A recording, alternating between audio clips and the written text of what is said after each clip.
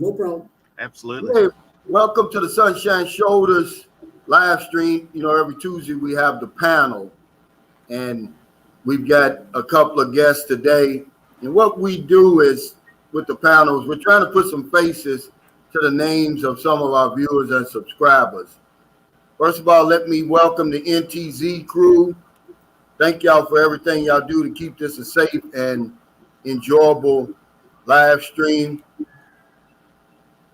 We did get moved in. I'm still at the old house because the internet connection is not connected yet.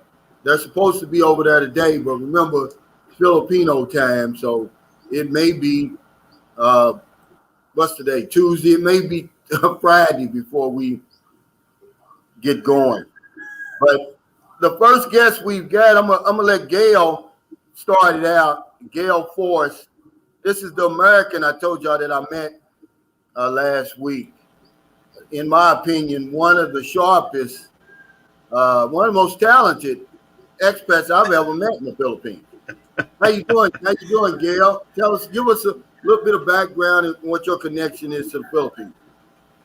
Well, thanks for having me on. It's amazing. I've been here 4 years. You've been here several years. How have we not met before? I have heard about you through different friends, and I think even going back a couple of years, I think I had seen a couple of your videos, but I didn't know if you were in and out or if you were here permanently. I just didn't know. But let's give a quick shout out to our friend Marie for introducing us to each other. But yeah, just as a quick, super brief intro, I moved me and my family to the Philippines back in 2017. And she and I have been married since 2012. So we're coming up on our 10th anniversary this coming April.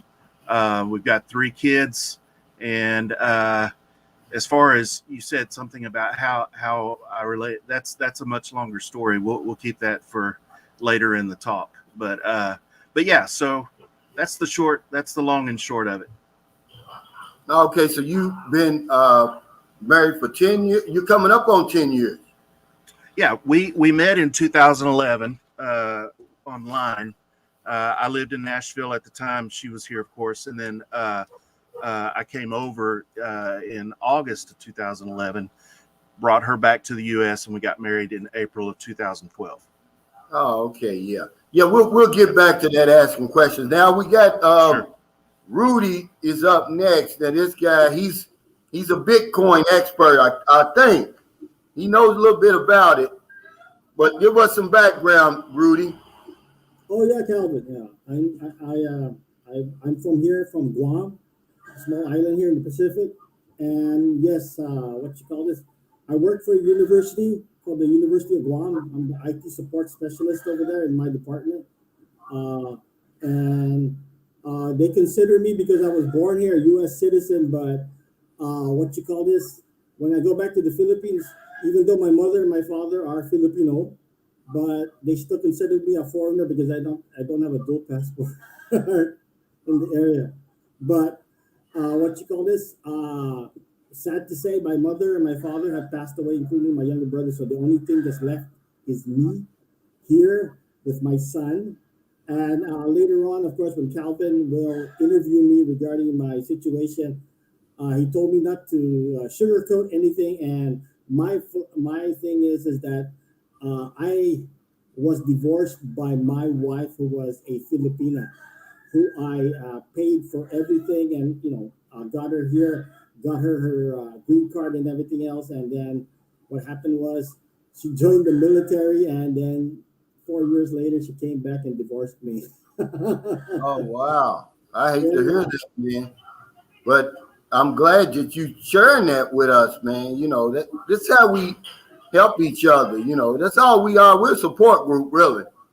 And yeah, I didn't know that, Rudy. You never told me that. Oh, that's. I wanted to surprise you for that part.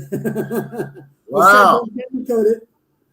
So yes, I can tell you more about it later on. But yeah, I mean, the one thing I fell upon is that, of course, my mother, my father already gave me the house, so I have the house here all paid for, so I don't have to worry about that. But in 10 years, because I found somebody in the Philippines again, I'm going to retire and move there with my retirement and so forth. But this time, I don't think I'm going to bring her back over here. I'm just going to stay there and retire there because I already had too much bad experiences if I bring her over here and then she gets influenced by her friends and so forth at work and so forth like that. Yeah, thanks, Rudy. You know, when I made that video a long time ago, I was talking about my experiences and what I had solved. I didn't realize that so many other guys had actually went through that.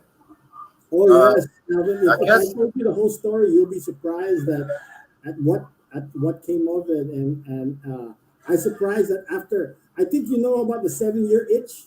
Well, yeah, after 7 years of being together for that long, she started to itch, and then yeah. she started to stray. So how I found out is that I GPSed my car, and I found out where she went. Well, you know, the average marriage lasts 8 years in America. Yeah. So, you know, I guess that's why they say the 7 year itch. You know, if you make it after that 8 years, you really got it hooked for real. Yes, and remember now, in the beginning of my marriage, actually, it was great because just like what you said, she was loyal and everything else that you can imagine that a Filipino woman would be. But later on, when she got influenced by her friends, and as you know, it says that misery loves company. Well, it's true because she got influenced by her friends who were miserable in their lifestyle and so forth, and these were other Filipinos and Filipinas and were telling them how bad their marriage was and everything else. So she got influenced by them, and then so she started going out with them, not inviting me to clubs and so forth like that. And then I knew something was up when, in the beginning of our marriage, she would question me. So where are you going? What are you doing? And then when she stopped questioning me, I knew something was up. Wow.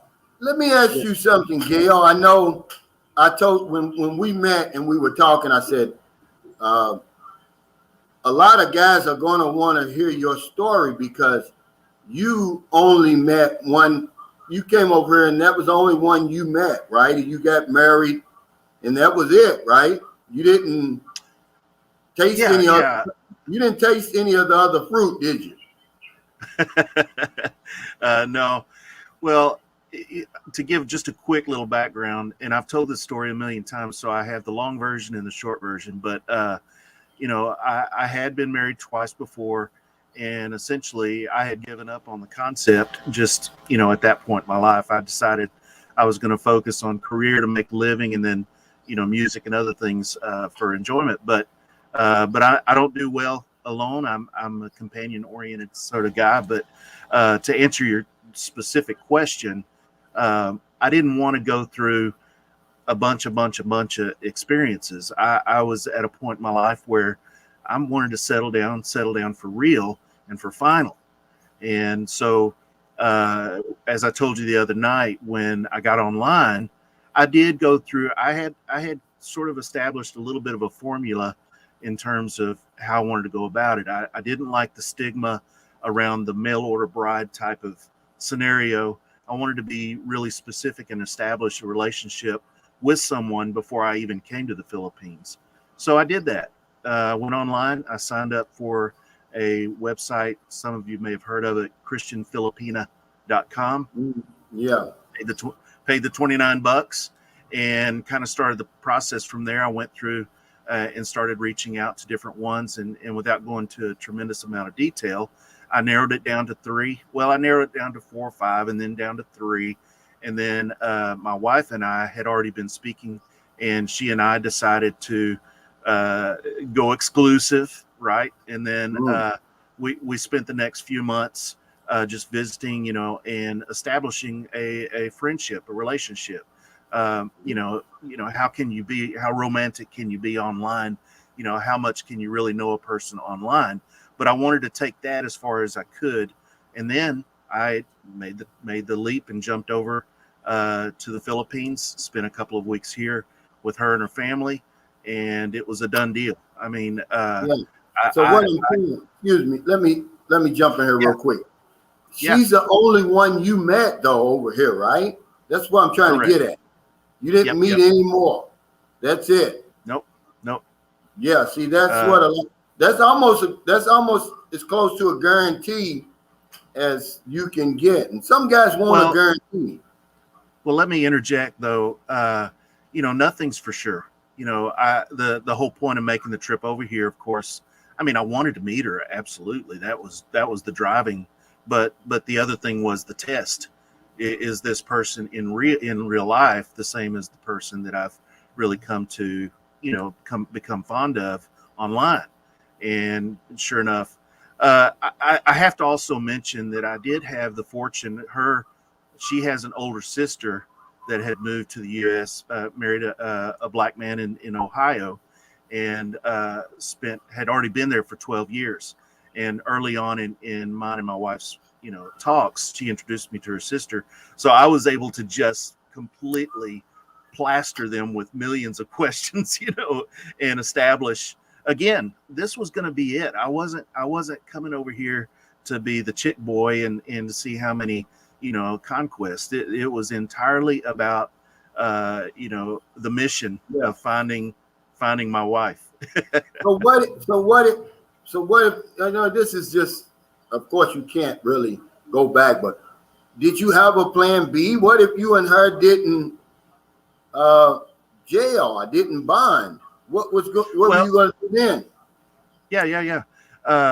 I mean, I had real optimism in terms of the concept of engaging with a Filipina. If it didn't work out between me and my wife, I would have just gone back home and started over.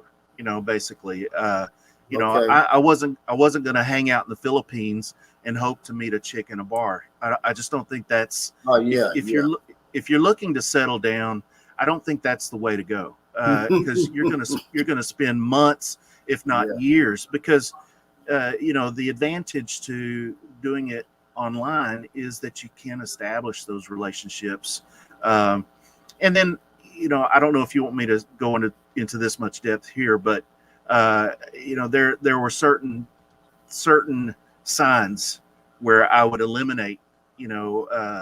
I had an elimination process as much as I had a selection process. Oh, okay, yeah. Now, hey, Rudy, guys are saying that it's hard for them to hear you. You got all that fancy equipment over there. We can't hear you. I changed over to the microphone. Can you hear me better now? Oh yeah, we can hear you better now, Rudy. Okay. Yeah. What about me? No, you're crystal clear, Gale. Okay. All right. I apologize. Yeah, Rudy, you're getting a lot of sympathy from guys, about your story, and I'm glad you shared it, because I try to tell people all the time, there's lots of stories like yours, but we never hear it. We only hear the good stories like Gale's. Yes, I know. The successful ones that work out, but the guys who get shafted, like you, and I'm not gonna say I got shafted, because honestly, the reason me and my wife didn't make, we were together for 10 years, is because she wanted to live in America and I wanted to live here. I mean, I can't live two places at once. And that basically was it. Had she stayed here, we'd still be together. I wouldn't be with Marilyn. But when she went back and she was firm that she wanted a life there, and I said, okay, well, I'm not going to be by myself over here. Well, I could tell you, Calvin, also I'm sad to say this, but my ex-wife, during the time that we had our divorce and everything else, I knew something was funny because of the fact that, imagine, after 1 year after the divorce was final, she married another guy. Oh, wow. So that means that the other guy was waiting in the sidelines just until the divorce was finalized and everything else. Well, you know what I call that. You know what I call him, don't you? He's a expat. That's what he is. He wants the next man's woman. He's not going to do everything you did to bring her to America. He probably don't even have a passport. but he's on those dating sites. He likes Filipinas, but he's not going to make the trip over here. He's not going to meet the family, bring pasalubong. He's not going to do anything. He's going to wait for you to bring your woman over there and hope and pray that your relationship doesn't work. Then he's going to go back. Like then he's going to pound. Just like your wife, she doesn't want to go back because her brothers were, as you know, Filipino families are very Catholic, as you might say, and they don't like divorces and so forth. They try to mend things up. Well, I told the brothers in her family what was going on with our situation. So the brothers tried to intervene by calling her up. She wouldn't answer the phone. Yeah, it's all about saving face over here, man. You know, and that's the problem that I'm having now. See, she won't come back. She's ashamed. Mm-hmm. And I'm like, don't be ashamed because we got unfinished business. That's true. We got a son together. We've got credit card bills together. We've got, because over here in their culture, when they split, they split. There's no more communication with the other. And see, that's the cultural differences, man. It's a lot of them. And that's one I don't agree with. Look, I got a son that I love and I miss him. He misses me. And you can't just pretend that didn't happen and go on with your life like that. And but let's welcome our next guest. This is Eddie Goes Hollywood. He's been on here before and he has to come back. What's going on, Eddie, since the last time you was here?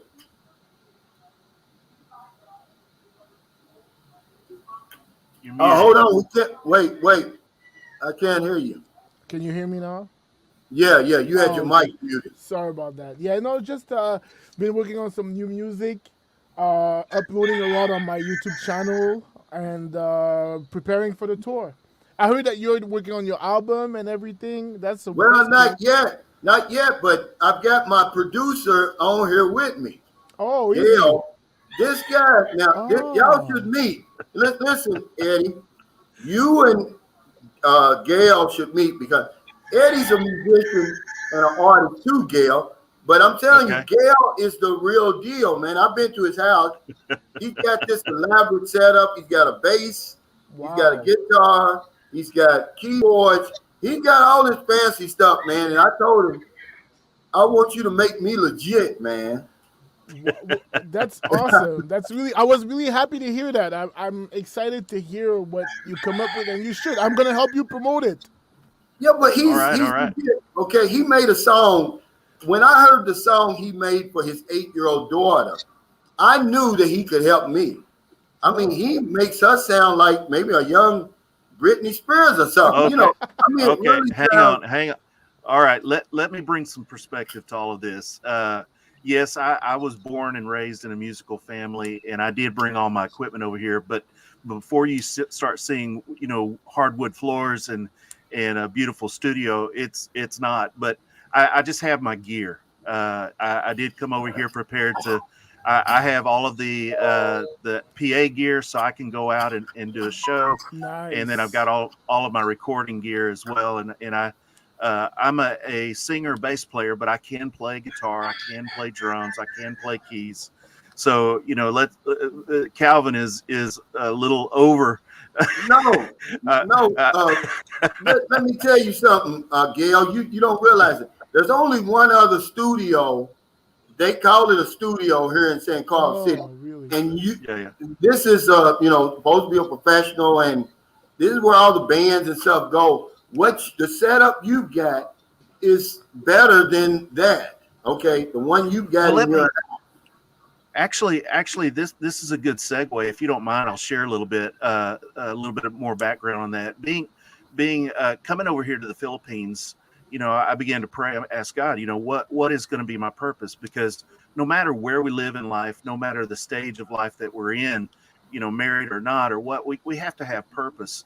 And I didn't want to come to the Philippines without some sort of, mission statement. And to put that into a very short story, my goal is to enable kids. I want to put a guitar in a kid's hand. I want to put a kid behind a set of drums and give him a chance to experience that. Because a lot of times we don't even know what our talents are unless we're exposed or given a chance to see it, and Calvin, you and I talked about this a lot the other night. We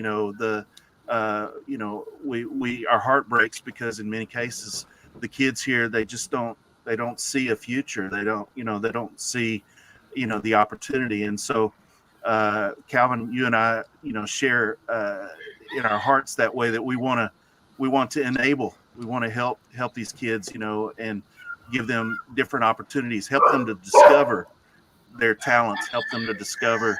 And so that's sort of ultimately, Eddie, my goal is to have a place where it would act as a live venue, or it would act as a recording studio, or it would act as a place for kids to come, kind of a dojo type of atmosphere where they could come in and they could practice their instruments, just be sort of an all-purpose for the creative arts. That's really Yeah. cool. That's really cool. Yeah, I also and- travel with my equipment too. Everywhere I go, I go with my equipment too. Yeah. I brought everything over. I shipped 56 boxes Oh, to the wow. Philippines. Wow.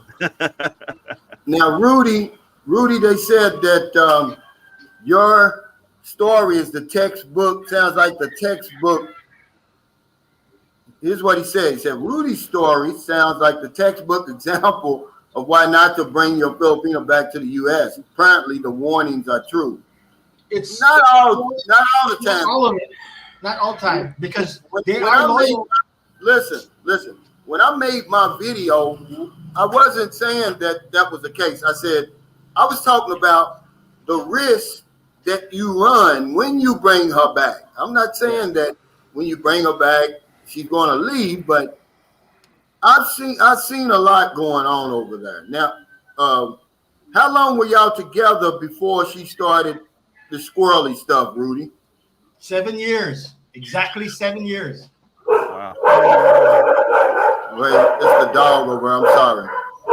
She was with me for 7 years, and then after that, she started going, and then Later. Okay. we decided Don't have to anything. Later. make her go into the military because it was a good chance. That's when my mother I don't passed have away. any money. No power. So when Yeah. we decided that, it was a good chance, and I thought the military would, in boot camp, as you know, people change in boot camp because they miss their families and so forth. By the way, the guy that was asking, she was not in the Navy; she was in the Air Force. Yeah, but what I'm saying is, let me ask you, Rudy. That's kind of strange, right there. You asked her to go into the military, or was that whose No, idea was that? We decided together because one of my friends told me, right? Told me that when a person goes into boot camp, specifically Marines, Navy, even the Air Force, or even the Army, or even the Marine, they will change their atmosphere because they miss their families and so forth, and they will get closer to you. Or the other way, they get so independent and they just say they can do whatever without you. So in my case, it was the opposite, because as soon as she entered boot camp and she finished, and she asked me to write her every day, which I obliged because I thought it would make a difference. It didn't make a difference, because as soon as I came there for her boot camp graduation with my son, she only was worried about our son, not me. Yeah, So I know something was up already. Yeah, but I'm trying to get to what I'm trying to get to is you're the first that I know of. Yes. Ever brought his Filipina to America, and she joined the service. I mean, yes, that's out there, man. It's like, what about that? What about that on, man? I'm saying, what kind of mindset? Okay, let me tell you about my ex-wife. My ex-wife has 140 IQ, which is genius level. I only have 120 IQ. So to her, everybody below that is stupid, because she overpowers them with her intellect and so forth. That's why the Air Force took her, because when they saw what she could do, they took her. She was trying to go into the Navy. The Navy tried to wear her in, but the Air Force took her first because of the fact that her intellect was out of the scale, you might say. So they took her in. They even give her, when she graduated out of boot camp, they even gave her an E3 instead of an E1. But that's not what I'm saying. I'm like, I've never known a Filipino to go to America and join the service. She did. Whose idea was that? Hers? Ours.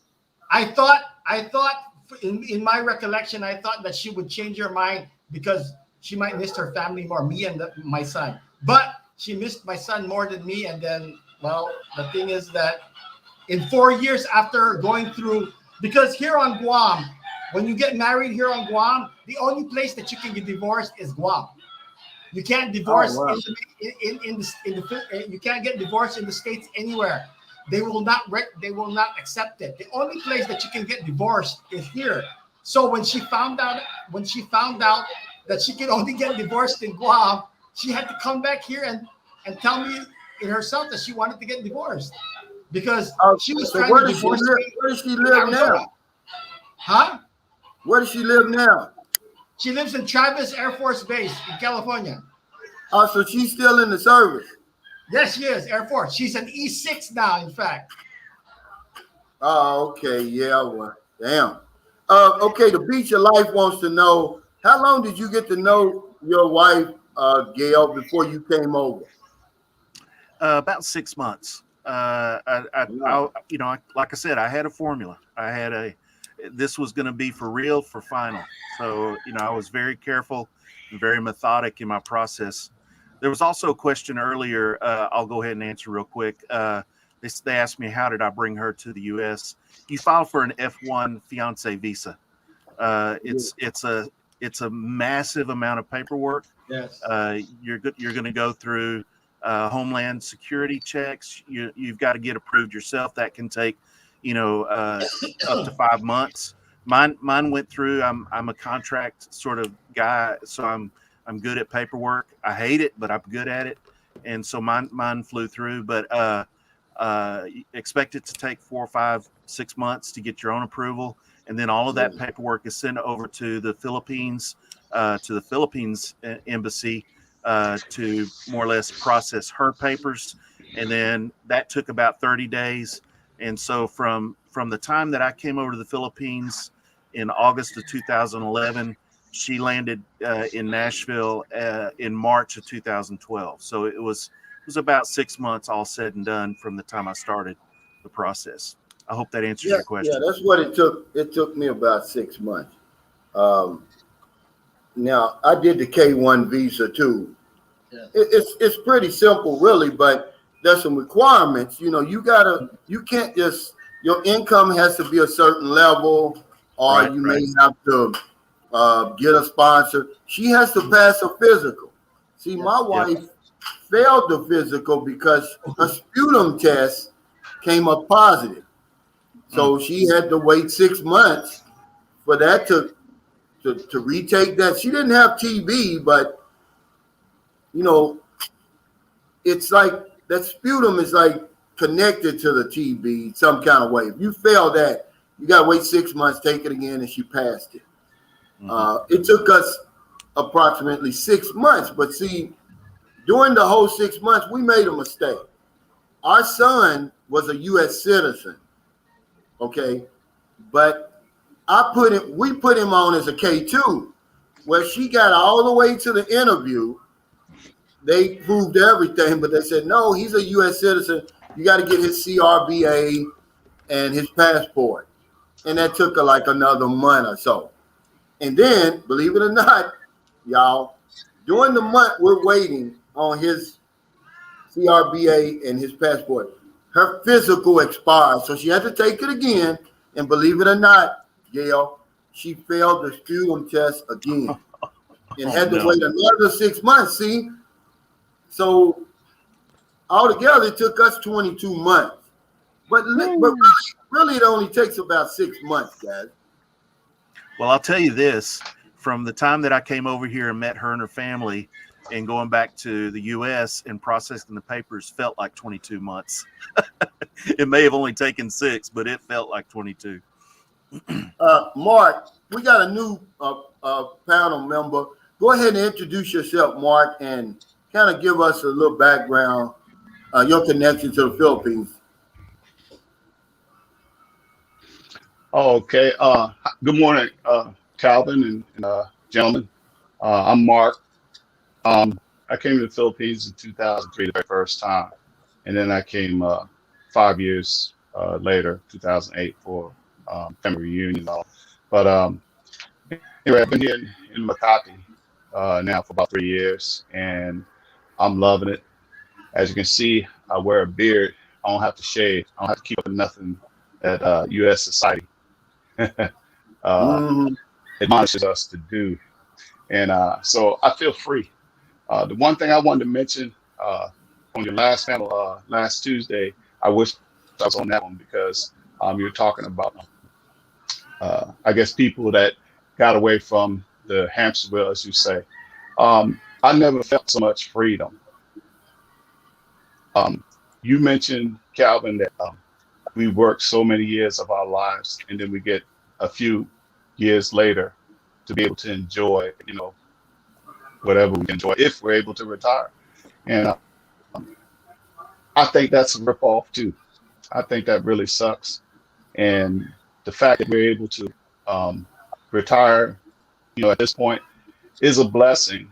But you spend so much of your life doing labor, for other people, for somebody else to get rich. It's just so sad. It's really sad. Unless you happen to be lucky and get, born into rich or whatever. But for me, I feel like I'm the king of my life right now. I get up when I want to get up. I sleep when I want to sleep. I go when I want to go. I'm not rich, but I'm rich in control of my life. And that's where, the blessings come in. When you're in control of your own life and you can do anything that you want when you want. I don't wear a watch. I don't look at the calendar particularly unless it's things that have to take place with me staying here. But other than that, life's beautiful. But I just wish I could have did this when I was 20. Yeah. Let me ask you, Mark, what type of visa do you have?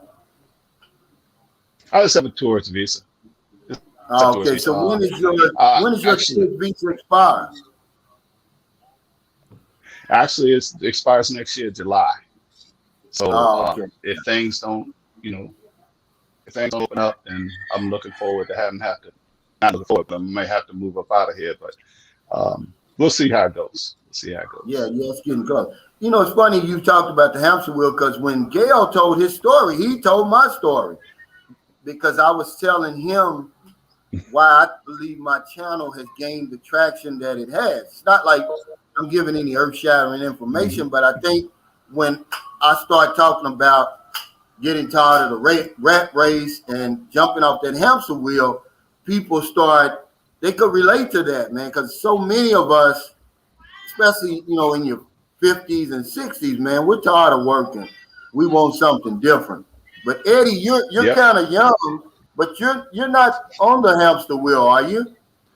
I can't say I am. I haven't been for a minute, but the thing is, I was just thinking about that too when you were mentioning it. Like I know a lot of people that want to retire, and I have family member that retired, but the thing is, they retire and then they regret retiring because they don't have a purpose. They don't know what to accomplish. Like you, for example, Calvin, you retired, but you went to the Philippines. You did your YouTube channel. You're exploring, but it's more than just retiring. So even if yes, I'm working more now than I was working when I was working, but I'm working on things that I love. Like it's a passion, and I'm working for myself. I'm not making anyone else rich. Any money that get generated, it's in my pocket. So it's a very different feeling, and it's so much more motivating. So that's why I don't even consider it a hamster wheel, because like I'm working for my own fulfillment, and I work when I want to work, and the work that I do is composing music. Gale, you can relate to that, playing guitar and writing songs and composing like music. It's not, I can't even call it work, it's passion. So that's Yeah. my perspective from it, and also the fact that I'm also doing YouTube, that helps me be able to share these sort of principles and encourage other people like you are, but in South America, I guess, because that's where I guess I usually go to, but encourage people to get out of your comfort zone. And I feel also like the system kind of creates this mentality and lets people know America is the only game in town. Like if you can't succeed here, you're not worth anything, and it's so false. I feel like it's just something that they manipulate in our mind. They're like, oh, South America is dangerous. Philippines, why are you going there? Oh, Thailand, what's going on over there? If you go over there, you're a weirdo. But it's really just manipulating you to make you do what they want you to do. In my mind, anyways. I don't know what you guys think, but that's what I think. Well, one thing I notice is in my culture in America, money is given such a high priority, and your time is not. It's like everybody that I talk to, they always talk about they've got a set amount of money that they're trying to earn, or it's all about money. They never talk about, man. I say this all the time. I can ask all my 4 panel members right now how much money they got, and they probably could tell me. But if I ask you how much time you got, you can't tell me because you don't know how much time you got. That's a good point. Money, we put money up here and everything else is below money. And when I moved to the Philippines, and that was my biggest discovery. That was my biggest freedom, really, was that I didn't need as much money as I thought I did. So it wasn't so stressful. I mean, because that's the reason I was on the hamster wheel. It's all about the money, man. And, always needing more. Seemed like I needed more. What about you, Rudy? Yes. I know it's expensive over there in Guam, right? It's because of the fact that we import everything here to the island, so it gets pretty expensive. Right now, the gas over here is like over $5 per gallon. How much is the rent over there? It depends because of the fact that we have we have 2 military bases and 1 Marine base that they're building, which is Camp Blas. We have an Anderson Air Force base up north, and down south we have a naval base.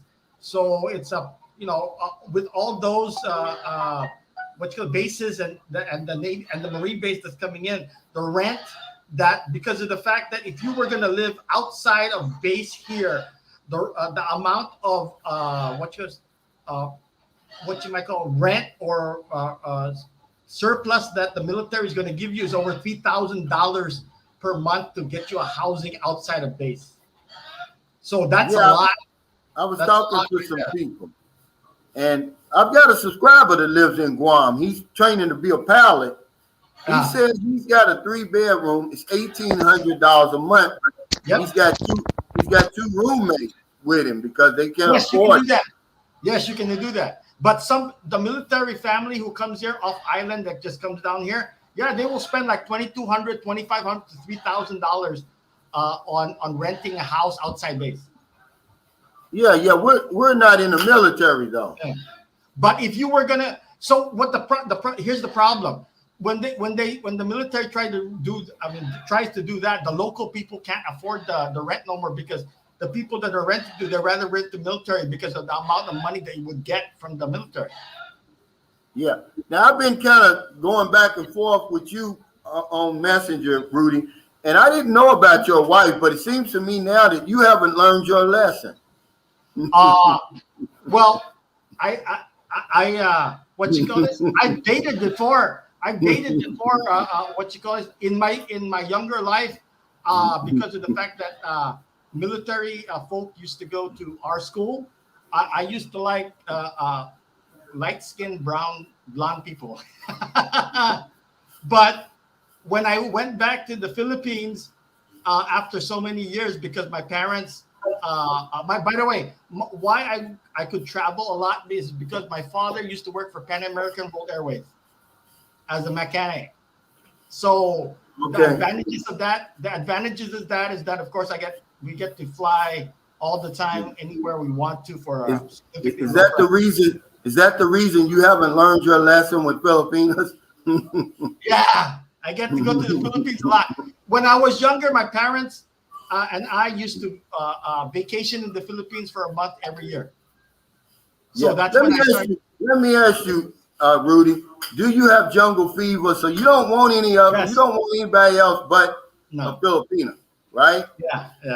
Yeah. I have another one right now that I'm talking to, and it's just like what you said. she is testing me, testing the waters, and so forth, because she won't do anything until we meet, and it's hard to meet with, as you know, this COVID thing. Yeah. Yeah. Maxima says, Eddie, where's your accent from, Eddie? Actually, I don't know. I don't know. It depends because I speak English, I speak French, I speak Spanish, and also English because I'm from No, Canada. he says your accent. My accent, yeah, because my accent, I think it's a mix of like all these languages that I speak, and also because in Canada we speak a different. The English in Canada is not exactly the same as in the States, so I'm not sure exactly. You know, like you guys Yeah. should tell me. I don't even know. What, Gail? What kind of visa are you here on? Do you have that 13A visa? Yeah, I came over on a tour. Well, I came over and visited on a tourist visa. When I came back in 2017, we got stamped in as Bleak Beyond in 1 year. And I say we because by that point, my wife had gotten her U.S. citizenship, and we were all coming in on American passports. After the fact, her and our kids went through the process and got their dual citizen. So they carry American and Filipino passports. Currently, as of as of just a couple of months ago, my 13A permanent resident visa was approved. I still need to make the trip. Yeah, I need to make the trip to Iloilo to actually get the stamp, but it's approved. So I'm here on a permanent resident visa. Yeah. Now, Mark, I'm kind of, you're in Makati. Now I'm in San Carlos City, and hell, it seems like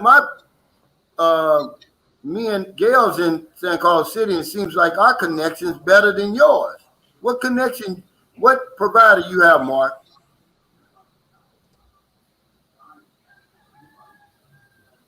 Yeah, see, Gale, seems like our connection Right now, is better than his. It's coming through. my voice is going in and out. Yeah. What's your It's Wi-Fi going in and out. provider? Yeah, we may have to get him. He might be on his mobile data. Yeah, that's probably what that sounds like. S. Anderson said, next pack, that sucks. He said, a friend of mine bought his Filipino wife back, and about 18 months later, she left him from some other guy that turned out later to be a pimp, and she had no idea. Yeah, they all changed. How long was your wife in America, Gale? 5 years, from 2012 to 17.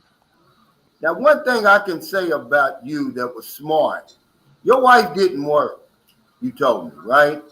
Right. She wanted to, I think that cuts down on a lot of once they start working over there and they get around all them co-workers and, believe it or not, man, what goes in here is going to come out. And you hear all of that stuff in the break room and stuff. It's true. Now, my wife didn't work, but her sister did. And I think that the family that I married into, is just a real blessing because her older sister who did work, she did not become overly Americanized, to use that term. She maintained her Filipina attitude. So it's possible, it's possible to go either way. But yeah, she wanted to work to have that experience. But because of me being in my early 40s and everything, we just jumped right into to the kids thing. Yeah. Jason said, no real musician ever parts with their gear. That's how you know a real musician in the story. And it's true. Amen. Because Amen to that. when I got into the insurance business, the guy who trained me said, Calvin, no matter where you go, you make sure you take your briefcase with you. You take your business with you everywhere you go, he says. True. And I did. And that's why it's like the musicians, I can understand that. Can I interject for a moment? Sure. Okay. In lieu of what Gale said, him in his early 40s, I married my wife when she was only 19 and I was 41. Yeah, that's not really that bad. That's not really that bad, to be honest with you, Rudy. Yeah. No, That may have had something to do with it because Gail, you were about the same. You and your wife were about the same age, right? You mean you were no. 43 and she was 19? She was 19 when we met online. She was 21 by the time we got married. So No, but I mean, by the time you met her, she wasn't that much. What was she? 20 or 19? she was 19 and Yeah, she turned 20 while we were still visiting online. And yeah. then by the time she came to the U.S., she was 20, or no, she was 21. And so that was kind of important to me. I was having a real hard time explaining to my family, that I was engaged to a teenager. Yeah, but when you came over here, she was what, 20? Yeah, she was 20 when I. Yeah, Nope, she was still not. She was still 19 when I came over yeah, here yeah. See, that's what I'm the saying. very first time. You were 43, right? Yep. And see, Rudy was 41 and his wife was 19. Yep. Right. Now, Right. where was your wife from, Rudy? She was from Vegan. So she was up in Luzon. Yes, yes. You know where Vegan is? It's the place where they have those what you might call ancient buildings, the Spanish style, and Yeah. they have that one area where the cobblestone streets and so forth are there. Yeah, that's where she's from. Okay, let me ask you this then. How long was your wife in America before she went to the service, Rudy? 7 years. No, before she went in. We were married for 7 years before she moved. Before we decided she go into the military, and she went there for 4 years. So a total of 10 years we were married before Okay. she actually. Yeah, but the 7 years you didn't have that much trouble with her, did you? Exactly on the 7th year she started acting funny. Oh, okay. Now, was you pushing the button? No, Because Calvin, no, let me tell you no, this. listen to me. Okay. I'm saying you were satisfying your wife, wasn't you? Because I tell people all the time, Filipinos aren't from outer space. They're like any other woman. They want to be satisfied. Yes. Let me interject a thought too, Calvin. The other question I would ask, and I see this happening so many times, when I watch the expat YouTubers, is they're reluctant or not interested in having children. The Filipina, they got to have their kids. That's just something that they got to have. And if we're not willing to allow that, now for me it was a priority, but I know a lot of men, they're older, they've already got their kids or whatever, they don't necessarily want to start a family again. But for the Filipina, that is just natural instinct. And if you marry a young Filipina, you can absolutely expect most of the time that they're going to want to have kids. Did you have and children, that- Rudy, with your I wife? want to interject with what Gail said, because my ex-wife was opposite of Gail, because when we were having the discussion, because I wanted to have children, even though I'm 41 and so forth, her answer to me was maybe. And the only thing that made her change everything was that when I finally got her here on Guam, it only took me 6 months before she got here on Guam. I filed all my paperwork. I knew exactly how to do it. I filed it on January 2nd she was in 3 months. We were called into the U.S. Embassy for our interview. By the way, you should go to that interview. If you don't, you're stupid, right? And after that, 3 months later, she was in June. She was here on Guam, and before June the 22nd, we got married. Yeah. Now, was there any? Did you see any red flags at all? The only red in the beginning of the marriage, like I said, the only red flag I saw in the beginning was that she didn't want. Her answer that she wanted to have children was a maybe. I guess because of the fact that she wanted something else before that. But what closed the deal was that because of the fact that we were very close to each other, and we didn't see each other for so long. Well, she got pregnant before the end of the year, so that sealed the deal for her getting a green card. Because when we showed we showed the interviewer that she was pregnant. Oh yeah, they gave her a green card in January. December, we told her that she was pregnant, and in January they gave her the green card already for 2 years.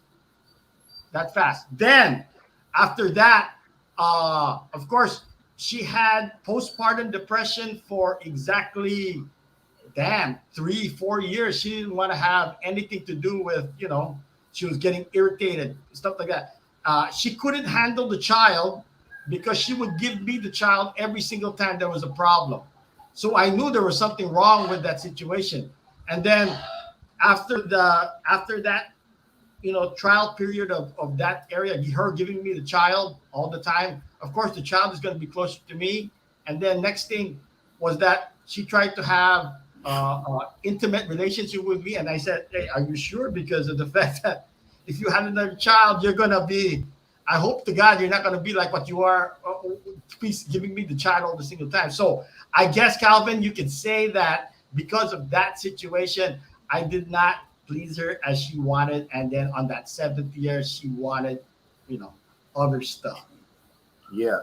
Okay. Lynn San Diego, this for Gale Force said, do you recommend sending boxes of your belongings to the Philippines? Was it expensive to ship all that stuff? It is expensive, and I don't recommend that you ship furniture. I don't recommend that you ship. You just need to decide what's important to you and what things you may not be able to replace here. Again, I sort of approach everything with a certain methodology in terms of, what is the cost of replacement versus the cost of shipping. So if I have, assets, for instance, I shipped all of my TVs over here. Can I buy TVs in the Philippines? Sure, I can buy TVs in the Philippines, but at the cost that I, acquired those TVs versus the cost of replacing them, I found it to be cheaper to actually ship. So to answer the question more specifically, you're definitely going to have a lot of things that you want to ship over. I looked at using cargoes. I looked at a lot of different options, and I actually ended up using Malik Beyond boxes. You're not, just so everybody knows, you're not stuck to the size of the box. They will measure if you stretch those boxes out, if you make them bigger. I had to create custom boxes for things like my drums and things like that. So they just take measurement. The weight doesn't really seem to matter as much as the dimensions of the box. But yeah, it was expensive. I can't remember how much it cost. It was a few $1,000s to ship everything. But when those boxes got here, it was like Christmas getting all of our stuff. We were so thrilled. It took about 3 months for everything. I packed my guitars, everything. It was just like hallelujah. It's like getting all of my stuff brand new again. Yeah, that's what I tell guys, when they ask me how to send, I said, just send a ballot buying box. I said, it takes 2 or 3 months, but it's like Christmas when they arrive, and Filipinos look forward to that. Don't worry about it. Their patience is a whole lot different than your There's patience. another advantage to doing it that way Well, as well. There's no custom. Right. That's what I was going to say. Yeah. Anything if you like go that, it saves a lot of money. Now, what's the name of your channel, Gale? The channel, it's a family channel. It's called the G5 Family, and it's exactly like that on YouTube. The G5 Family. That little logo there is what you'll see, and it's kind of it's a little bit different from your channel, Calvin. Ours is more family oriented. Little family excursions. I have started putting up some tutorial stuff. I did a video a few months ago on my 13A process, and that's gotten a lot of attention. But with your coaching, I think I'm going to go ahead and make some contributions to the channel that I haven't been doing before. But I would, because you got some interesting. The one about meeting your wife, and that was the only one you met over here. that's going to get See, some views if you ever make that story, because Well, so many I people just want that guarantee. They say, I just want to meet one and that's it. yeah. Well, there's no guarantees in life. We all know that. But I just think of my stuff as being sort of boring. But I think you make a good point. I know that for me personally, if I had had that resource back, even going back to 2011, there were only 2 or 3 guys that were making YouTube videos. Back then, it was Ned in Doomagatti, Pop Z channel. I don't know if anybody remembers Pop Z. He was an older guy. And then Rike. I think there was only 2 or 3. Mike, the guy he was in Ilo, and then he moved to Bacolod. Yeah, he passed away. Yeah. So back in 2011, there wasn't a whole lot of the resources that we have now. So I can see how I would have appreciated, some insights. Yeah. I tell guys that all the time. When I came in 2009, there was literally nobody. There was a guy here called Mindanao Bob. He had a blog. He didn't have a vlog. It was a blog that, but he told about, living in the Philippines, the ups and downs. Tita Cha said, Calvin, I think Rudy belongs on your Hall of Fame. Yeah, I think I'm going to put him on there, but for another reason. But yeah, I think you're right. He sent his woman to the military. That's about it. I've never heard of that, Rudy. But yeah, you sound. Mr. Vega said sounds like you're better off without her. Yeah. No matter how smart she might be. She has her own family now, and she has a second daughter. And the thing is that she keeps on trying to take my son, and my son told her straight out that, Mom, I want to stay with Dad and finish up my education here on Guam because all my friends and family are here. And once she heard that, when I filed in court regarding fighting for my son, she just said, oh, okay. Because in the beginning, she kept on fighting for him to get him over there. And she thought that because of the fact that she's a mother, right, she had more advantages than I did. But here's something to a fact that you don't know about, Calvin, is that my wife, during the divorce, which the 2 lawyers agreed she's not supposed to bring the son off island of this rock, our island of Guam. On one of the overnight stays that I granted her, she took my son and flew off to Arizona with him. Now that one, once she did that, that's already because of the fact that it's you went against the situation, and especially the lawyers. That means that you are already crossing international and state lines. So that means that I had to file a temporary restraining order to return him back. But here's another thing that you don't know.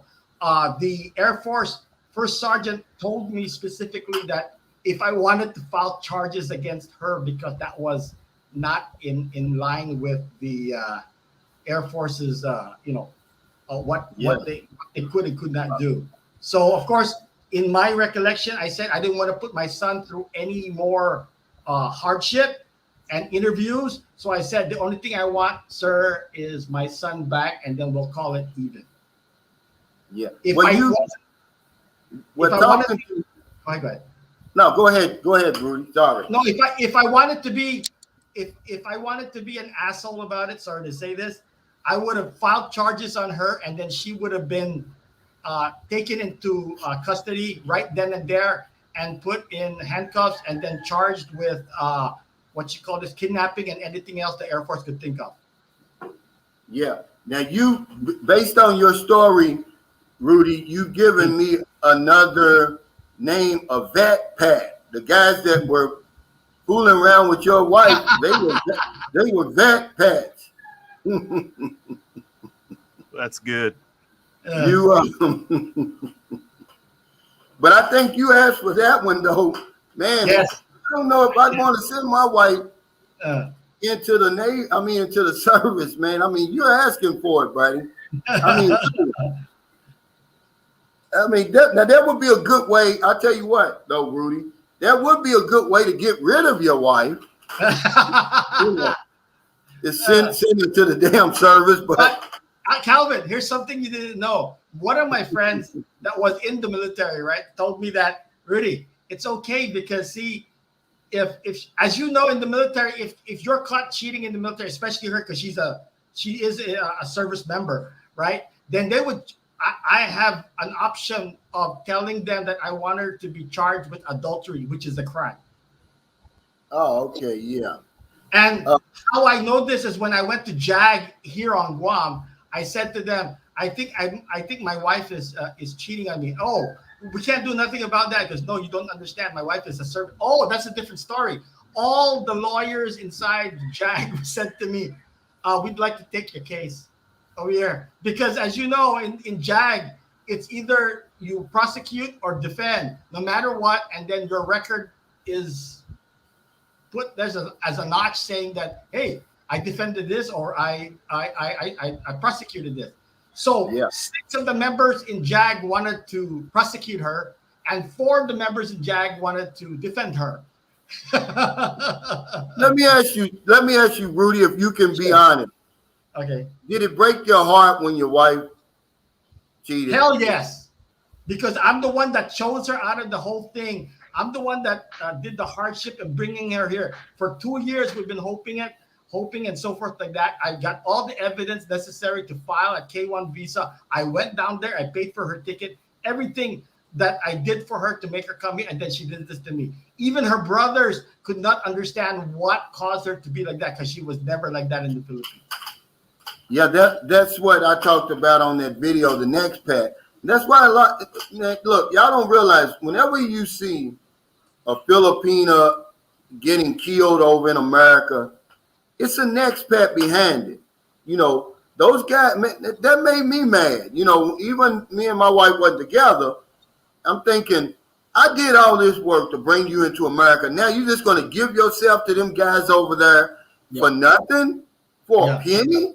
It pissed me off, man. You know, I was over here, and that's really why I would have filed for divorce right away. I mean, I don't unless you've been through it, man. It just doesn't. You probably can't relate to that. But you say, I done spent all this money, brought you over here, gave you this new life, and now you're just going to give yourself to these guys. I mean, so quick, so easy. Yes. And I'm thinking to myself, did I miss something?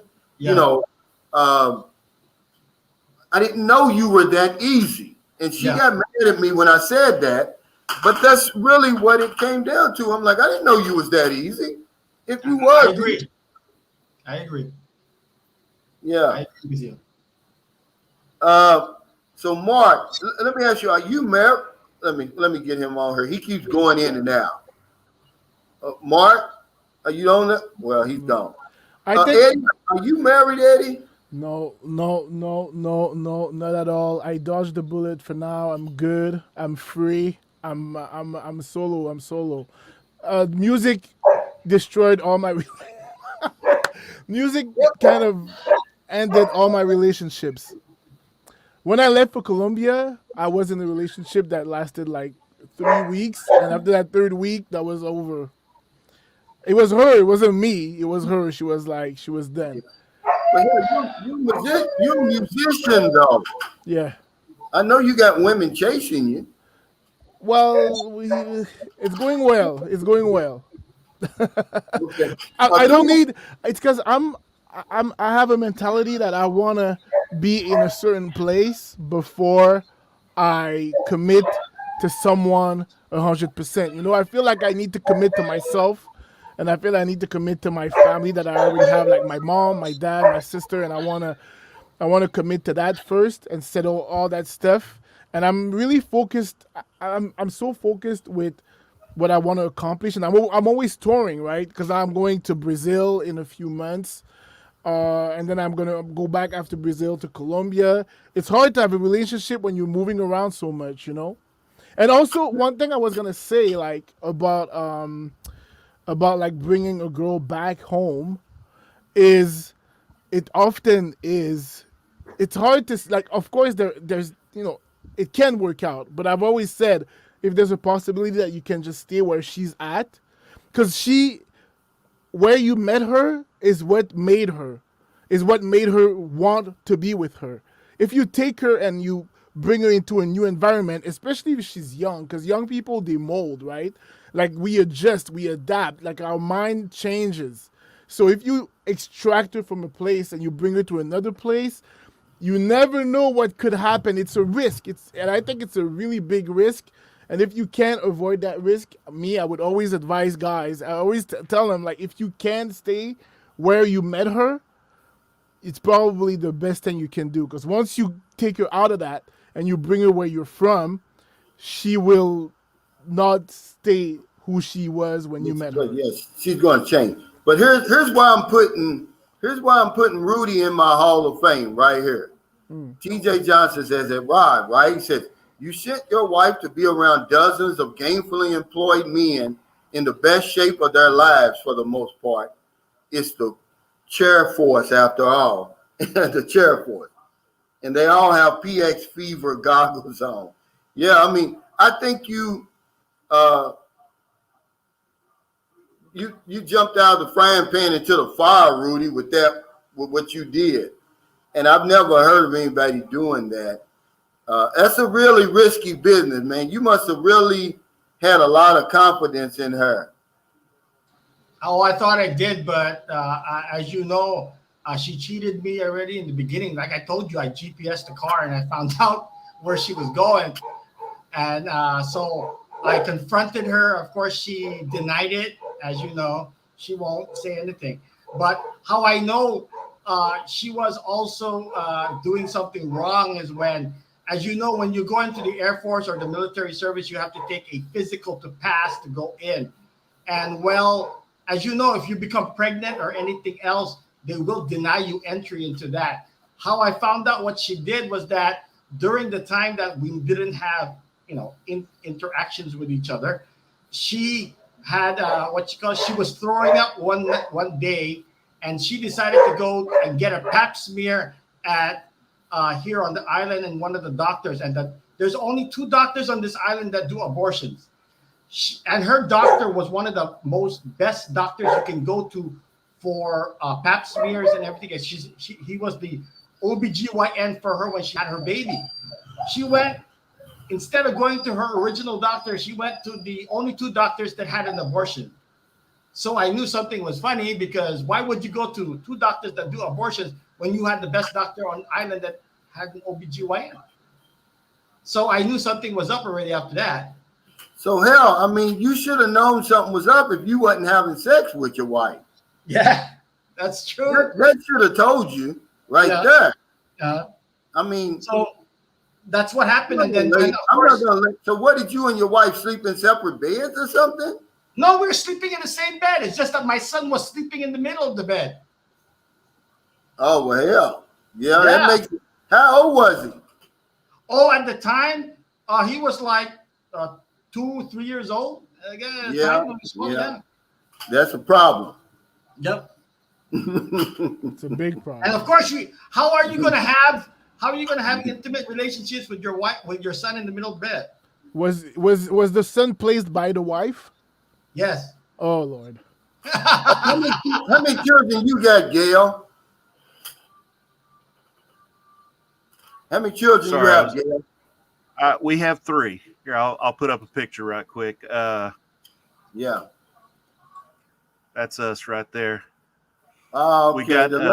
How old is the little one? The little one is a little over a year. That was taken almost a year ago. Now it's hard to believe it. But Glory there in the front with her arms folded. She's 4. Her big sister in the pink is 8, and then my wife is holding the baby. Again, that was almost a year ago. But yeah. How do your kids like it here? Do they like it here? Well, Grace is the only one that knows any difference. She remembers her house in Nashville, and will occasionally, say, when is she going to get her own room like she had it in Nashville? So we're going to have to build a house. But there was some talk earlier. Actually, when you said that, it kind of reminded me. My wife, in terms of desiring between the Philippines and the U.S., she would rather. I'm careful in how I say this. she would rather live in the U.S. sort of as a broad brush statement.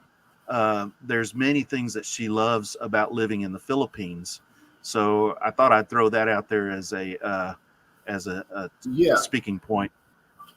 I think you're right about that. I think they want to go to America about the same way as we want to come here, but Right. by you being the husband, see, this is what kind of shocked me about my wife.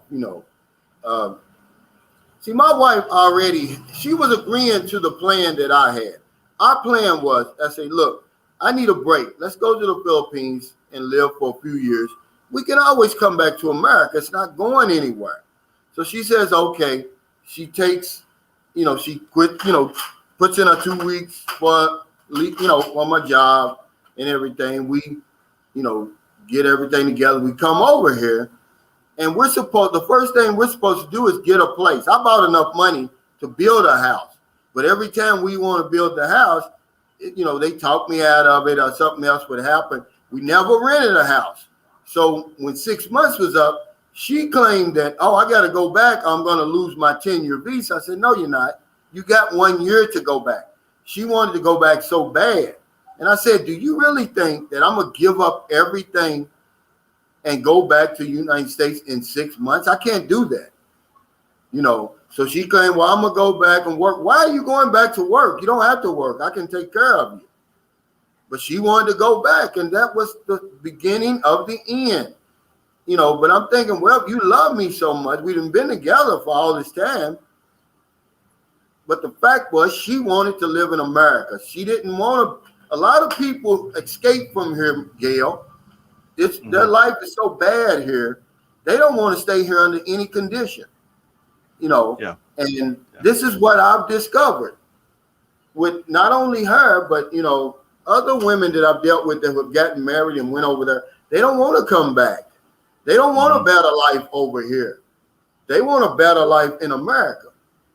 And well, I wanted to hear your reaction. So to finish my sentence, I kind of held off. She wants to go back to the U.S., but then as soon as we get back to the U.S., she wants to come back to the Philippines. We get to the Philippines. Now she wants to go back to the U.S.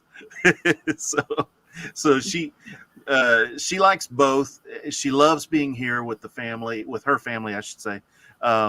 And then another thing that I just thought I'd throw out there is reasons for living in the Philippines. You got to be, if you're coming here just to find a chick, or if you're coming here even to find a wife, you got to have, going back to what I said earlier, you got to have purpose.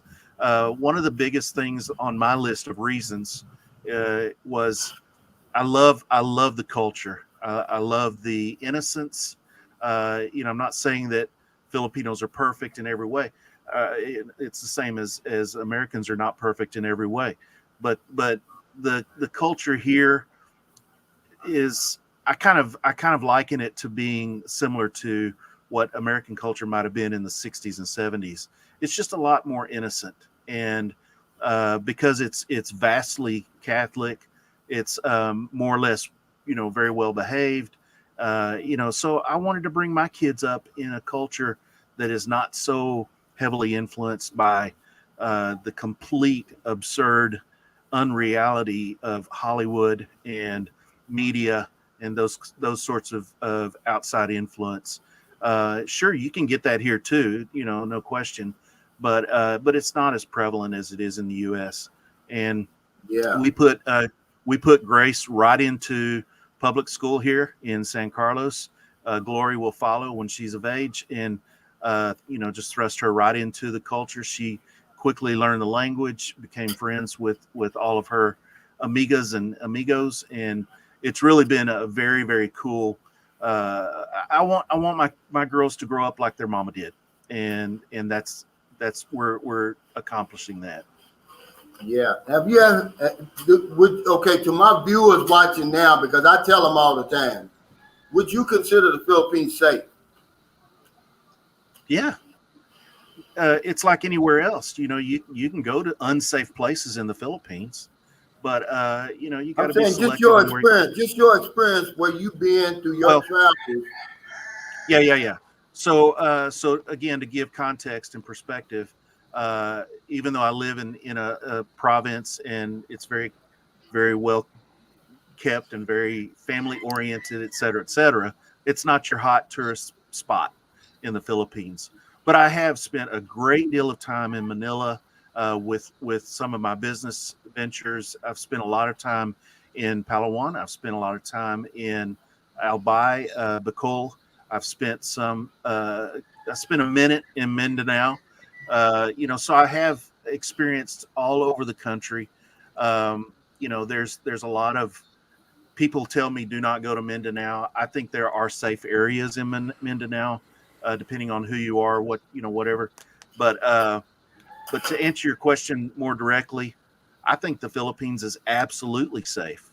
Now, I am keeping a wary eye on what's going on to the west of us, across the water, and what's I'm keeping a close eye on that activity. But within the Philippines, yes, I think we're safe living here. Yeah. That was my question. I was Rudy, wondering that too. Sure. let me ask you something, Rudy. What have you learned from? Because I know you're dating another Filipina now. What have you learned from your experience with your ex-wife? I learned that you gotta be more careful and you can't rush things, right? And want her here because most people I know for a fact, and my friends tell me they want to get the K1 visa or any other visa as fast as possible so they can import their significant other as fast as possible to them. So my suggestion for you, I know, like what you said, Calvin, is that just show up at her doorstep to see if she's actually telling the truth or not. But if you take your time and go through and dot the I's and cross the T's and everything else, I'm pretty sure once you get down there, you'll really find out exactly what she's up to and everything else, so that you don't make a mistake along the way and then she breaks your heart. I Yeah. think one thing also you could do for the guys that it's a possibility. I know not everyone is that free with their work and everything, but if the guy has the possibility to go over there and stay for, let's say he meets a guy online, he meets a girl online, right, or something.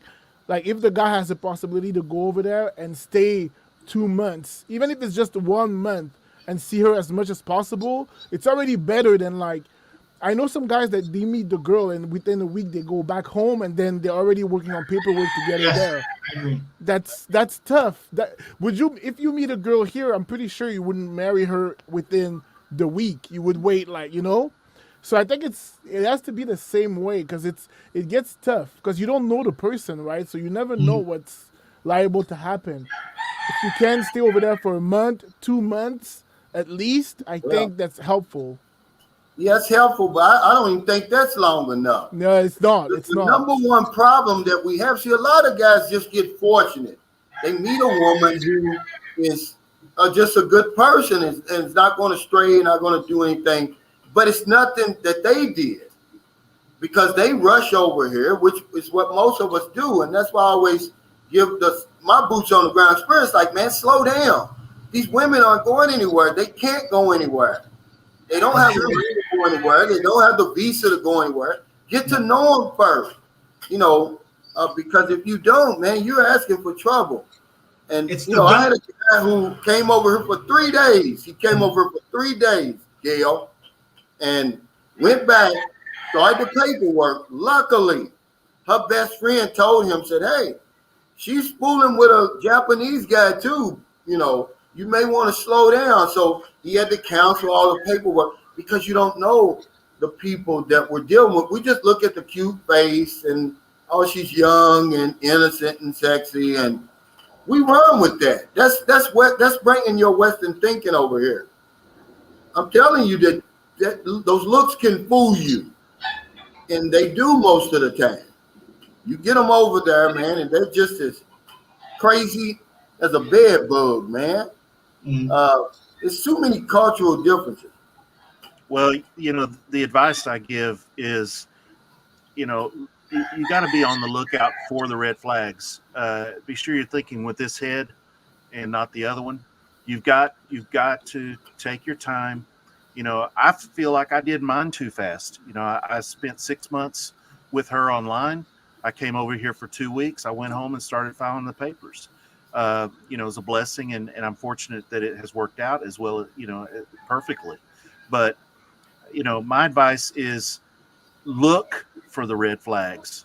I'll even go so far as to say this is getting a little more personal, but there were a couple of times where I questioned my wife very harshly, for lack of a better way to say it. You know, how do how do you know? How do you, you know, how can you leave your family and everything that you know and go to another country to marry a stranger? You know, I asked those questions, and I didn't just ask once, I asked many times. I gave her every single opportunity to back out or to show any true colors. And fortunately for me, her true colors were on the surface, so I didn't find anything out later or after the fact. You know, it's just a real blessing. But you know, we have to be, what's the saying? You know, we have to be wise as serpent. You know, we've got to look out for ourselves. You know, we got to take precautions. You got to look for the red flags. Don't wait for a red flag to pop up. You got to look for You it. know that this is your sex organ up here, Gale, not there. It all starts up here. This is what gets us in trouble. We see that little beautiful Filipino with the slim body. The endorphins start going off. We've got something called a prefrontal cortex that is in charge of you know, making judgments, and it malfunctions. And I've got a saying that you don't get lucky over here. You met a real good Filipino, most of us do, but you get unlucky. Rudy got unlucky. Oh, heck yeah. And then he, not only did he get unlucky, but then what do I want to say? He, by sending her to the military, my God, he just increased his unluckiness. Like, I'm putting you in my Hall of Fame, Rudy, for doing that. Oh, you know, I've never heard of somebody sending a young, beautiful Filipino to the service. You sent her, it's like letting the wolves watch the hen house, Rudy. Let me interject for a moment. You have to ask the question though. You know, she's a grown woman. Yeah. She, you know, Rudy's not going to stand back and force her one way or the other. You know, she did it because she wanted to. He let her do it because he loved her. You know, but you don't want to tempt people either. And you got to keep honest people. My mother always told me, you keep an honest man honest. People who normally would not steal, Gale, if you left your wallet in front of them, or drop your wallet with $10,000 in it, they're going to pick it up, man. They're probably not going to give it back to you. And these are good people. But you got to keep them honest. You know, sending, I would never do that. But, you know, he saw something he did. Well, it backfired. So we're not telling the truth. We're not lying. We're saying you tempted fate. The other strategy is to offer her an alternative. You know, hey, instead of doing that, what if we just go back to the Philippines? Or instead of doing that, what if we do this? Instead of doing that, you know, come up with an alternative. But how could he have known that it was going to go the way it went? You know. Oh well, hell, because he's been around military all this time, Gale. Mm-hmm. He knew better. I wouldn't, but see, for me, I would have never known. I would have thought, wow, she wants to go. Yeah, but I'm saying, okay. Well, good for you. Okay, Gale. Let's put it like this: did you ever think about sending your wife to the military? Well, no, of course not. Right. I mean, no. He's the only one I've ever heard in my 12 years of being here on and off. He's the only one I've ever heard to do that.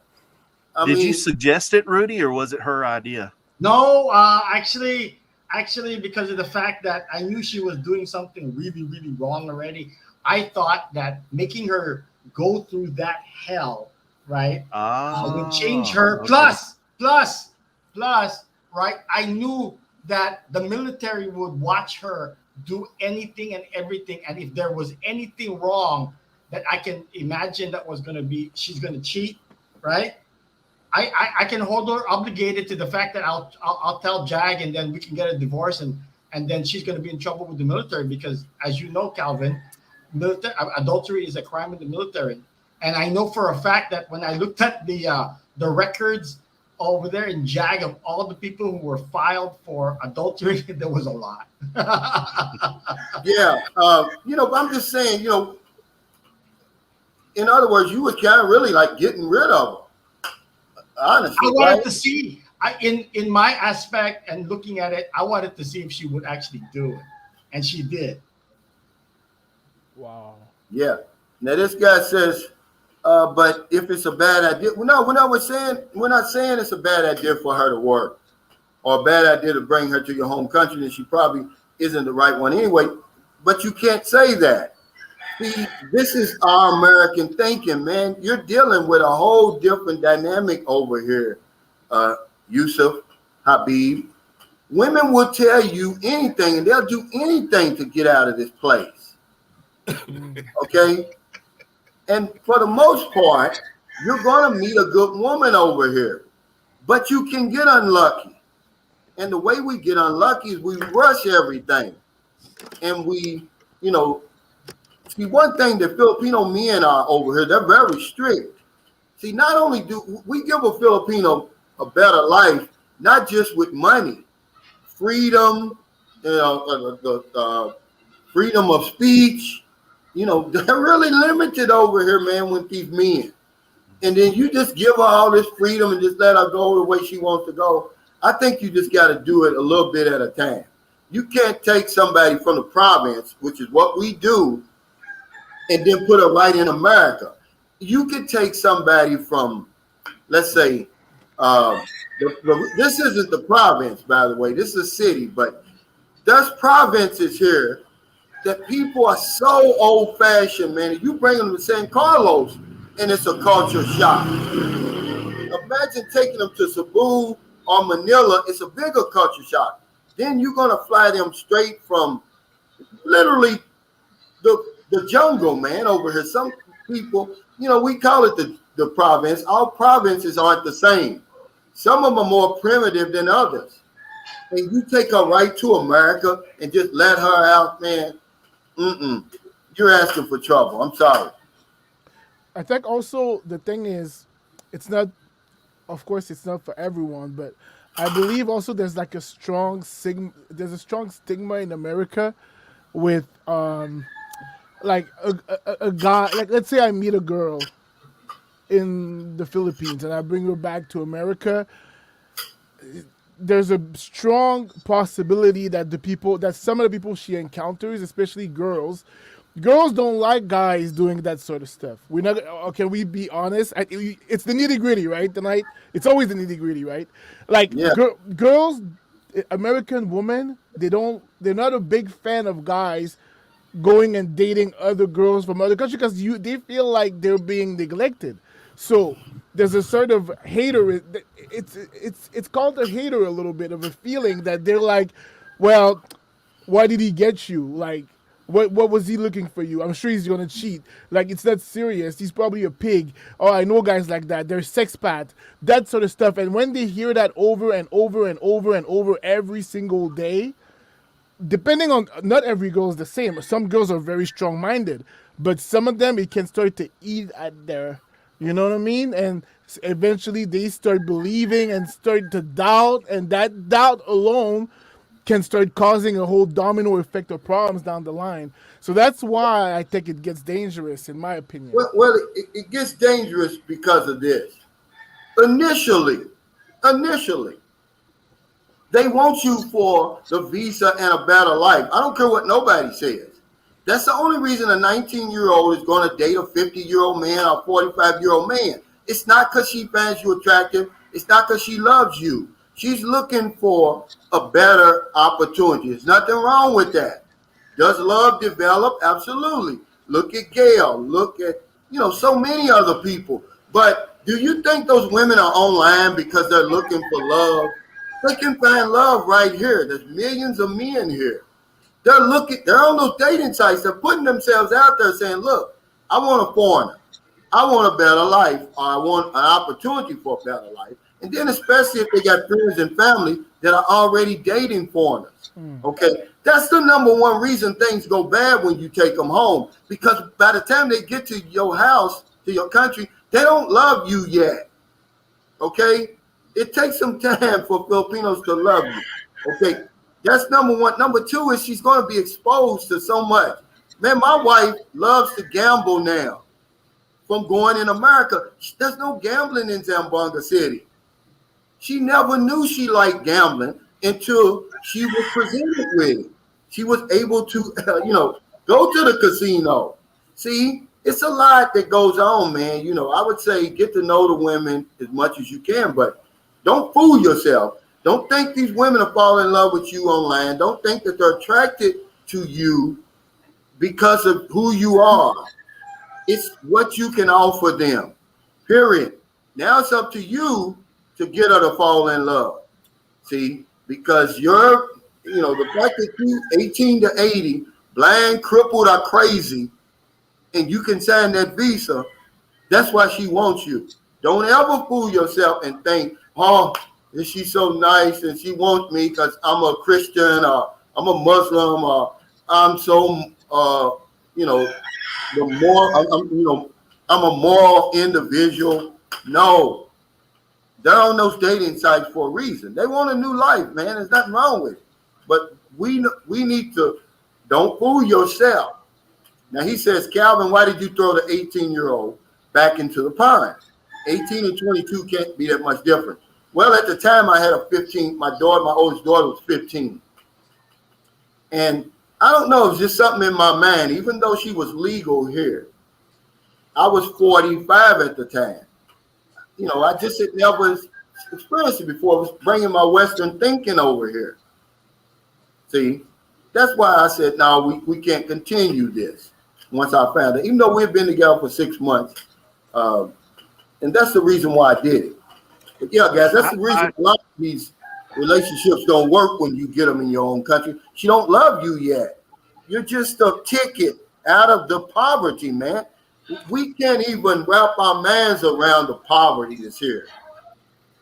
In America, in Louisville, Kentucky, you know what we consider poverty is you live in a government project. If you bring those projects over here, man, you're middle class. At least, at the least, the poverty you see over here, man, is people basically living outside. Did you see the house I rebuilt for Donna, Faye, and baby Denise? They were basically living outside, man. That's why I did it. It touched me in a way I couldn't keep going. But yeah, guys, don't fool yourself. These women don't want you because they love you, man. I don't care who you are. There's nice-looking Filipino men over here. Millions of them. If they wanted love. Why would you want to date a man that lives 8,000 miles away on the other side of the planet? And by the way, you can't get there. You don't have money. You don't have visa. That's crazy to think that they would want that just for love. I live on the 3,000 gallon. So that's the nitty gritty. And that's why I tell guys, okay, if you come over here, now that you really know, because I didn't know, Gale, when I got over here, I thought these women were really interested in me. But now that I knew that they weren't, it was more or less, I say to guys, look, come over here, enjoy the Philippines. If you meet a woman, let that be the consequence. Don't put the cart before the horse. Don't come over here and make that your primary reason to come to the Philippines. Who comes 8,000 miles to find a girlfriend? It's crazy. In my opinion, I'm different though. I'm saying come over here now, Now, there's some exceptions, obviously. But yeah, these women don't want you because they didn't want me because, oh, look at Calvin, he's such a great looking guy. No. And everybody watching this who has a Filipina, everybody has to say, oh man, my Filipina's different. No, she's not. I hate to break the bad news to you. They're on those dating sites. They want a foreigner. because of what we can do for them, guys. And if you don't know that by now, I'm sorry. There's nothing I can teach you. Sam Champion says, I brought my then fiance over on the tourist visa. Was easier than a fiance visa. Needed more than 90 days to arrange our marriage. Not all of them will pass an interview for tourist visa. Well, it's not easier than a fiance visa, Sam, because of the requirements that are, there's so many requirements that you got to have. Your wife probably was able to meet those requirements, but the masses of women, it's very hard for them to get a tourist visa. If it were easy, why doesn't everybody just get a tourist visa and go to America? Because they know they won't come back, Sam. That's why. Yeah. So they make it hard. You better now. Can my girlfriend go get a tourist visa now? Absolutely. She's got that house over there. Yes. On a piece of land. Yeah. And she's got money in the bank. Yeah. She's got a job. She's got things that's going to tie her to the Philippines. Yeah. But why you think so many guys are trying that route right now, Sam?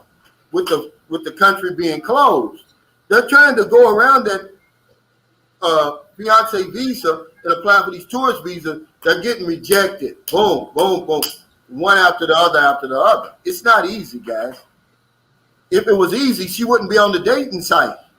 She just get a tourist visa and go to America and overstay, like many, many of them do. That's why Trump, that was one of his reasons for canceling that, that privilege over there. He used the fact that a lot of foreigners that come to America on these visas, work visas, student visas, tourist visas, they don't go back home. I have a question for you guys and for Calvin too. If you were to tell guys of another way to meet girls, not online in the Philippines, but in person, how would you go about it? Like if it wasn't, because I'm always a big fan of not meeting girls online. I think I like to meet people face to face, especially if it's going to be a dating thing. I think the best one or not on the dating site all the time. So how would you say guys should go about meeting girls in real life? Get introduced. That's the best way over here, because Filipinos, man, they're so shy and they're so bashful. Even if they like you, man, and you approach them, they're gonna run. They're probably not gonna,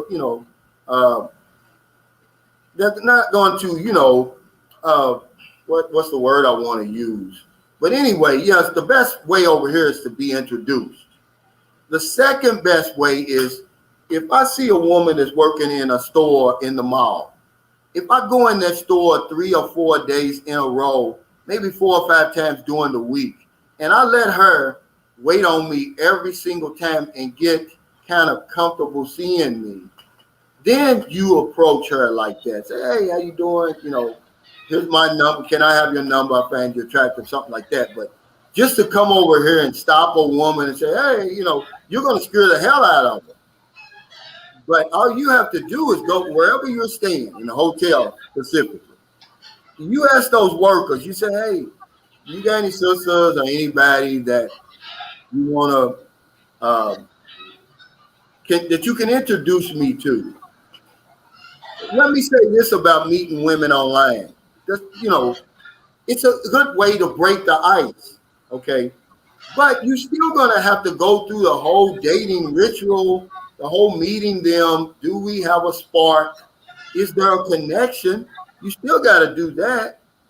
And 20% of new marriages, they met online. So it's nothing, there's nothing wrong with that. You just, I think, like you said, the best ones are not online when you come over here.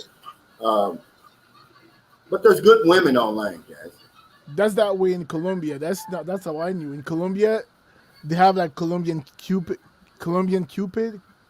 and you get a bunch of girls over there. But when you actually go over there and you hit the mall, even if you hit the shopping mall, like the grocery stores, it's nothing compared to what you see online. I think you remember you said something like that.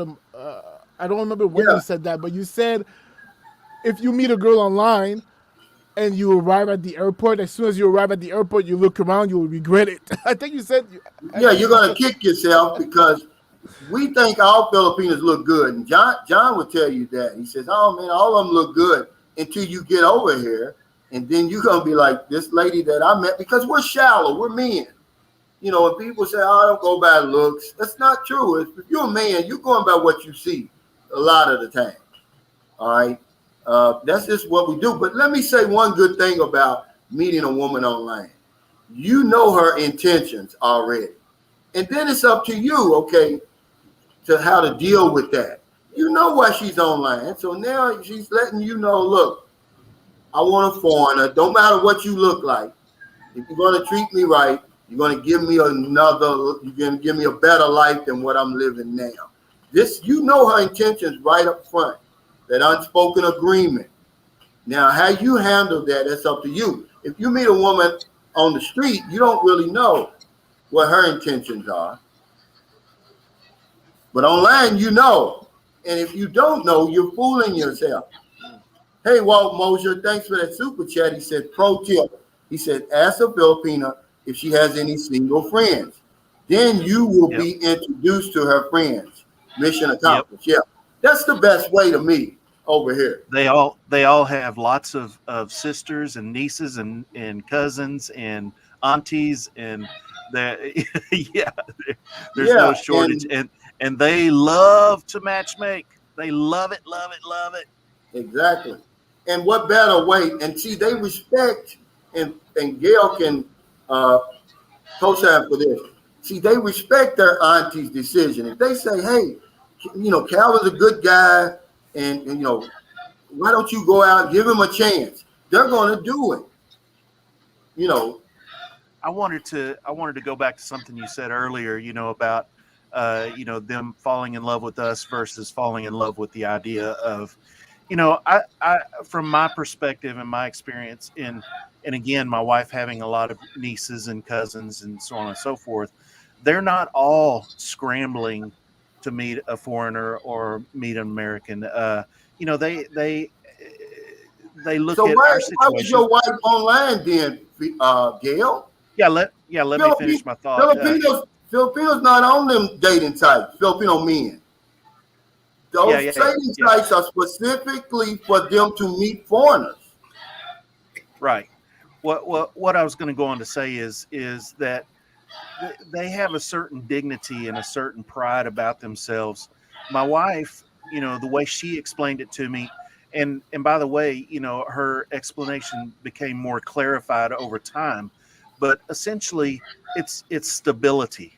They like the idea of stability, financial stability for not only for them, themselves, but for their kids. They want to know that when they, they fully plan on having babies, and they want to know that their babies are going to have a stable life and a stable future.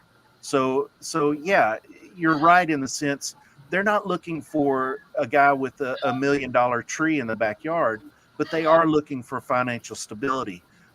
We're not wealthy.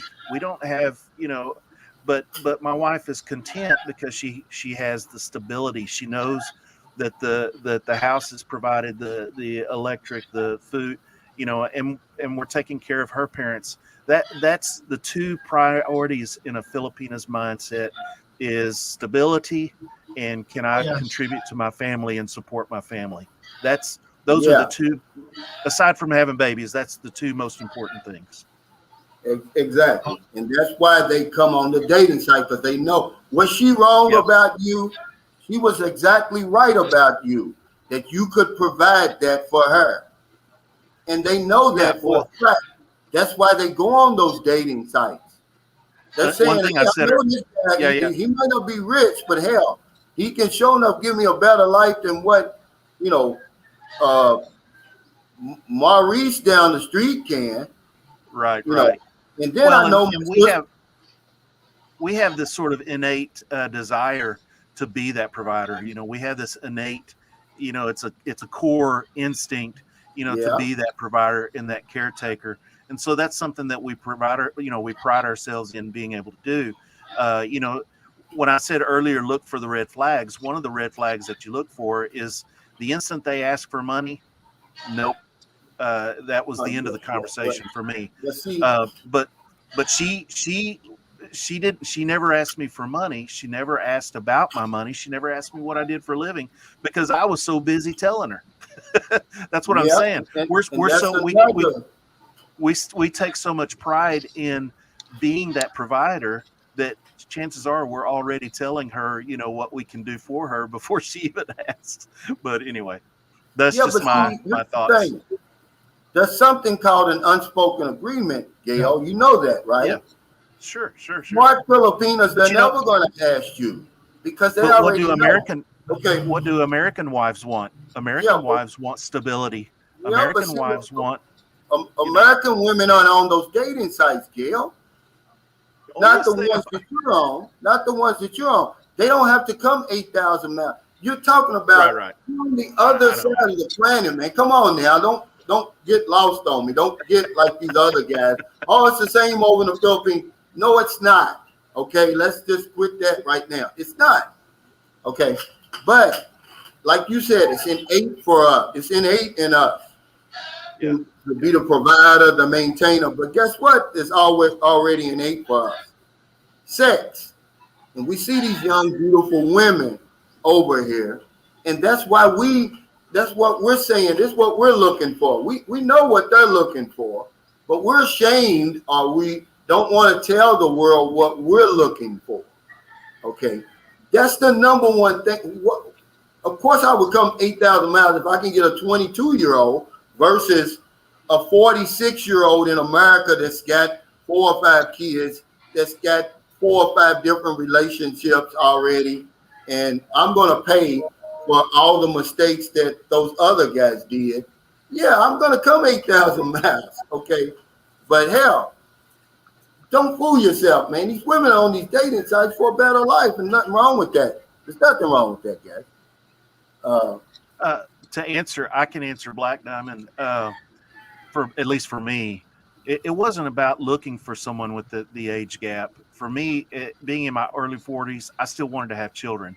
So I was looking for a lady that was young enough to have children, but old enough that sort of. I wasn't looking for the 20-year-old. It's just it kind of worked out that way. That's my experience. Yeah, and there's nothing wrong with that. But if you go to a dating site where there's a pool of 20-year-olds, it's not a coincidence that you found one, Gale.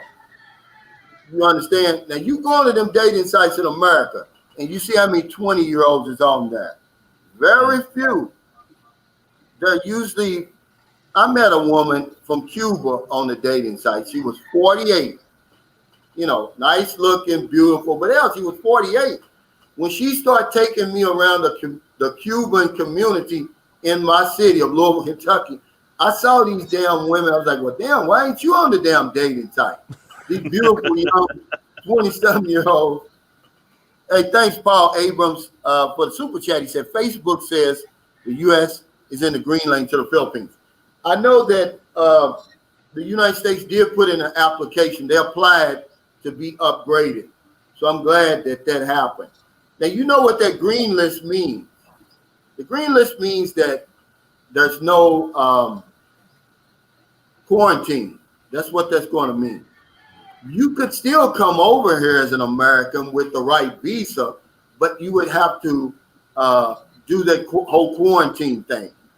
So that's what that green list and yellow list and all that means, guys. Okay. Black Diamond says, in interest to have a young girl that's 20 years or more different. There's no desire to have a woman that's somewhat more mature. Why such a large age gap preferred? Well, biology. I really don't know what he's saying. I think he's saying why the guys seem to be so into the idea of dating a much younger woman rather than dating someone their age. I think that's what he means. Oh, yeah. Well, that's just how men are. It's innate in us. It's biology. Women mature faster than us. And if you don't believe me, go around women that are the same age as you. They're a lot older than you. Okay? I don't want an old woman. My father used to say, He was 55. He said, if I live with a 55-year-old woman, that's 110 years. That's too many years in one bed. I know it sounds shallow, but that's how men think. If you got a young, beautiful woman over here that you can have, and a woman your age over here you can have, which one's going to get your attention? You can talk about all that, oh, I just want a good woman and this, and that. Which one's going to get your attention? Black Diamond. So that's where that comes from. And then, see, I'm okay. I had a baby, and I'm glad you're on her, Gale, because they beat me up about it. Booby is 1 year. Booby's 14 months. She'll be 15 months. I was 56 when Booby was born. A woman my age cannot, it'll be like a 56 years old, can't have a baby. I mean, if she can, it's really going to be like a freak of nature. It'll be front page news. Okay. Women mature faster than us. I don't want an old woman. I'm sorry. And if you want to beat me up about that, then go ahead and beat me up. I'm just being honest. I'm not going to lie to myself.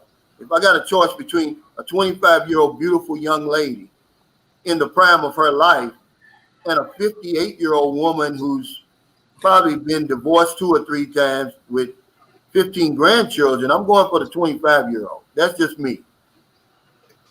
What about you, Buck? You quiet? You being quiet today, Buck? What's going on? I'm not quiet. I'm just laughing. What you talking about? Y'all know you hear me laughing. You right? Ain't nothing going on. I'm just chilling. How old are you now, Rudy? I'm 57. And how old is the young lady you with that you're dating? I mean, you're chatting and dating with. 24. Okay. And you're not going to send her in the military, are you? Hell no. Okay. I'm keeping her there in the BI.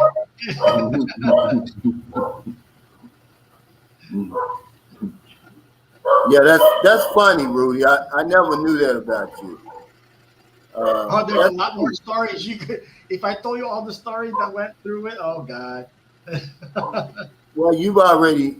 I can only imagine now. Yeah. I've got a pretty good imagination, and my heart really goes out to you, though, man. Nobody wants that, guys. That's what I made my channel for. That's why we got this community. We want to talk about it. We don't want to be the exception. We want to say, hey, look, man, if you see this red flag or she's doing this, man, you may want to throw her back in. If we talk about our experiences, it's going to help somebody because we're not unique. You're pretty sure through some of the same things that we did. So we're sometimes trying it's hard to throw her back in, Calvin. You know what I mean? Even though you say throw her back in, sometimes when you get involved with that person, it's kind of hard to throw them back in, if you know what I mean. That's right. Yeah. That's right, because men fall in love first. Yeah. Now, I don't care. Look it up, research it, and this is what the Filipina knows. Okay, she knows you're gonna fall in love with her first. You're 58 years old. She's 28. She's beautiful. She's got a perfect body. She doesn't have children. She's going to tell you what you want, and then she's going to show you what you want. Once she knows that y'all got like this committed relationship, and you say, hey, let me see something, she's going to let you see it, guys. I promise you that. Eventually, once she knows you're serious and you're coming over here, she's going to show it. And if she don't, that's a red flag, guys.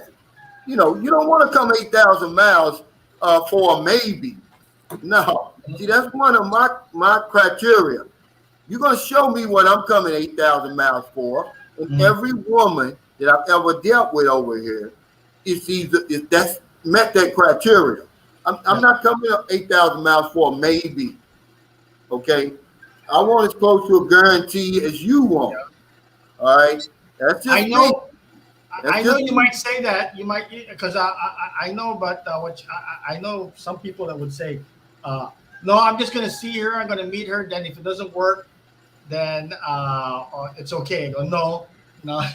Like, no, yeah, you're right. That's not gonna happen. Walt Mosley. thanks for that super chat. He said concubines were always younger, and age gap shaming is intended to reserve older men for older women. He said data from OkCupid dating site prove all men prefer women in their 20s. Of course. Thank you. If somebody says that they don't, they're lying. But now remember, this is my criteria. It doesn't have to be your criteria. Hey, TJ Johnson, thanks for the super chat. He said, you're always going to get beat up over the age gap in the West. Leo DiCaprio is seen as one of the most attractive dudes in the U.S. and a literal star, and he's still getting ate up for dating younger women. Absolutely, man. It's just a Western mindset. It's just, trust me, guys, over in America, we're extremists. You're either on this end or on this end. You're never really in the middle. And a lot of that comes from our religious upbringing. It's not, moral, to date a younger woman like, oh, you're a dirty old man is what they're looking at. They give the young lady the pass. Like, yeah, I'm going to take this old sucker for everything he got. But she gets a pass. You're looked at, oh, you're a dirty old man. You ought to be ashamed of yourself going over there taking advantage of them women.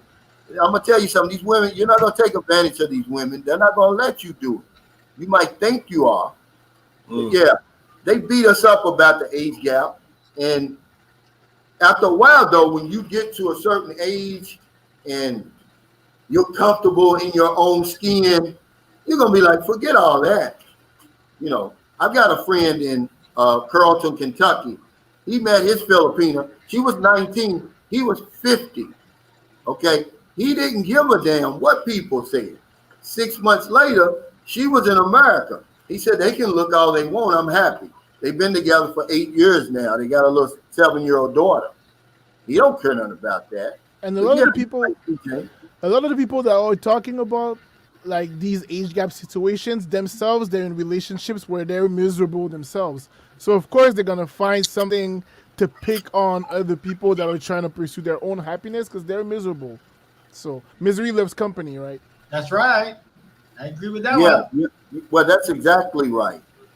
And a lot of your friends and family, when you tell them you're coming to the Philippines or Brazil or Colombia, they're going to discourage you because they're never going to come. What are you going over there for? Why you want to leave the greatest country on earth, they say. It's rhetoric, guys. I don't know who put that. That's cool. That's propaganda. Propaganda. Make those type of statements when they say, oh, this is the greatest country on earth. Well, every country says that. Well, I think it might be the freest country. We say that in Canada too, by the way. In Canada, we say that it's the greatest country. Free to do what? Well, we got a lot of freedoms and rights, Well, rights. You got a lot of freedoms and rights, Calvin. Just like you said, Filipinos ain't got. They don't have the rights to speak up. You don't have the freedom not to pay taxes over there. You're not that free. Well, that's true. They'll lock your ass up. That's why they got laws over there. America's a nation of laws, man. They got so many laws, man. And you won't even know it until you break one of them. Okay, imagine this. Okay, December the 4th, this is coming up on almost the 17th anniversary of the SWAT team bursting in my house in this free country you talking about, Buck. They had the wrong address. Okay. They burst in my house. They throw the flash grenade in. Boom. They come in. They got military gear. Scared my kids to death. They haven't recovered yet. Okay. So they come in. They find out they got the wrong house, but it's too late. They sweep through. Now here comes the DEA. They tear up my house, the whole 9 yards. And guess what? It's all legal. I didn't even know it. You know what? Because of the Patriot Act. Made it legal. They got something called qualified immunity. Yep. You can't sue the police for making a mistake like that. You can't hold them accountable. Okay? And I don't care how much religious upbringing they got. Nobody ever apologized to my family about that. It was the reason why I ended up getting a divorce. We never was the same after that. Okay? In this free country of yours. I've never been arrested. I don't have a police record. But because these detectives were so in a hurry to bust these bad guys, they wrote down the wrong address on the warrant. Even though the description of the house in the warrant did not fit the description of my house. I didn't have bars on my windows. We didn't have attack dogs. I didn't have a gold car with gold rims. It was all in the damn warrant, man. But they just in my house, terrorized us. You want to talk about terror? That was terror, man. And my reputation was, they stained my reputation. People who'd been living across the street from me for years, they said, Calvin, we thought you were living a double life. I'm talking about they sent the full extent of the law at me. That tank that the SWAT team comes with, all of that on this little family, me, my wife, and our 4 children, man. And they never apologized. They never apologized, man. So that's why, that's one of the reasons I love it over here. I guarantee you it'll never happen to me over here. Talking about freedom, and that's gonna be controversial, I know, but I like the nitty gritty. I'm gonna subscribe to your philosophy. I'm saying that just for America, but because I lived in America a little bit, but I grew up in Canada and I spent a lot of time in Canada. But for a lot of the first world countries, right, I feel like when we talk about freedom and everything, and I feel like one of the reasons why and how they were able to stop slavery is because they figured out a way to make almost everybody a slave. So why just stop at black people when you can have everyone work for you and you actually get most of the benefits from all of that? And I think that when people go to other countries, Philippines, Colombia, other countries, and they're able to take the American advantages and export them to another place to benefit them, that's the cheat code, and they hate that. They despise it. See, that's the cheat code. That's the cheat code. And people don't like that, but they don't like me for doing it because I tell them all the time. I worked for America for over 40 years. It's time for America to work for me. I'm taking all the advantages. I'm still an American citizen. Some guy says, oh, why don't you give up your American? Why would I do that? I didn't say I hated America. I'm just saying I got tired of living there.